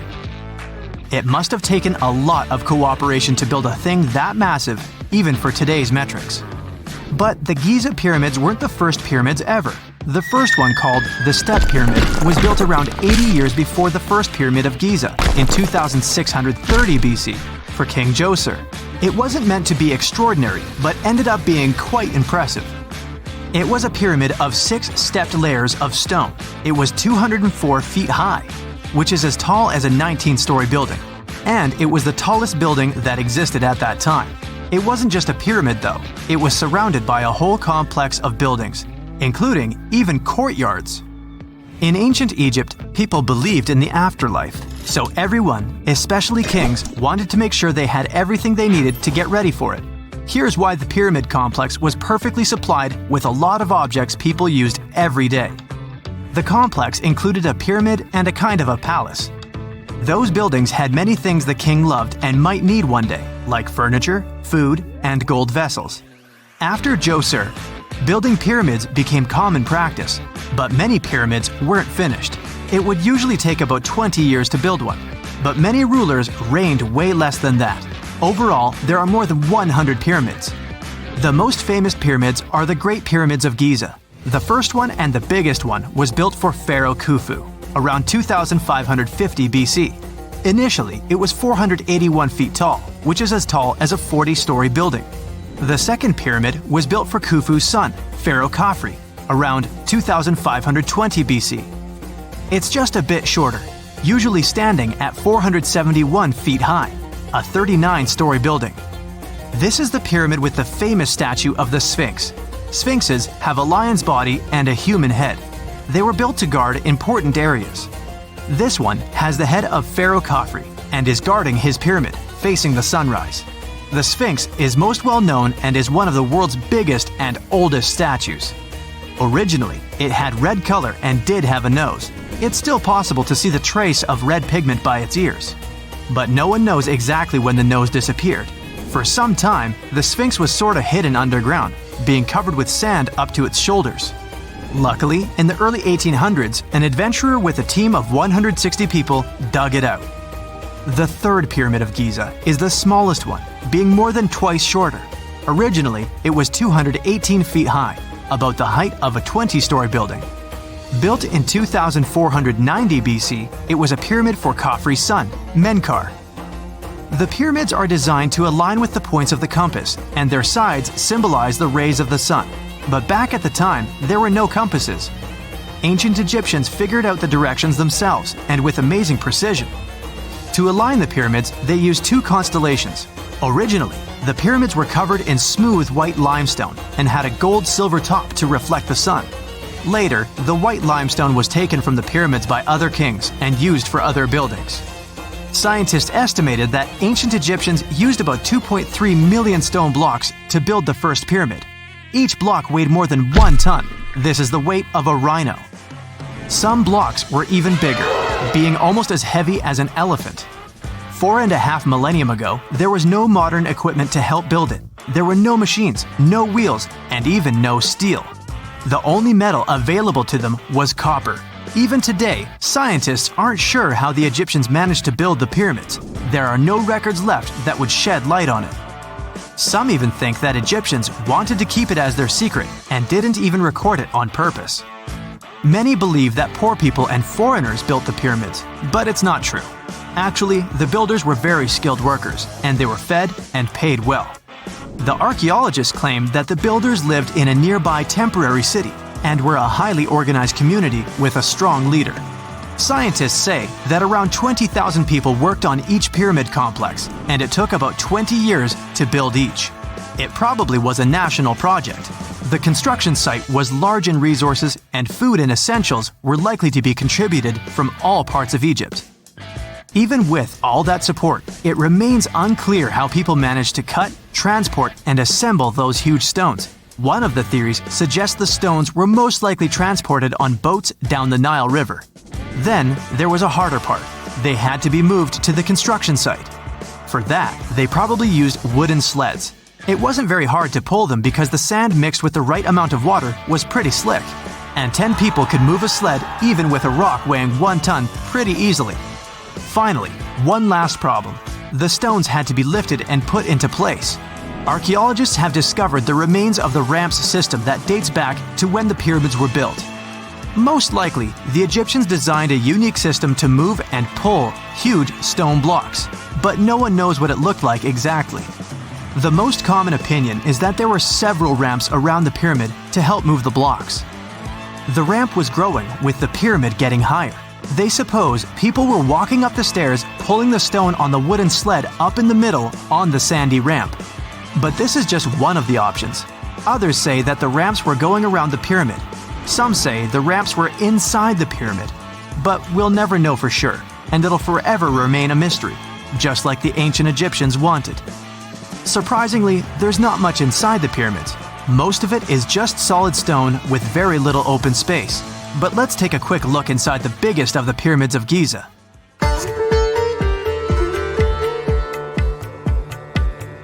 From the entrance, there are two stairs, one going down and the other one going up. The descending one takes you to a chamber located underground. That's where the pharaohs are, but not in this pyramid because Khufu wanted to stay higher.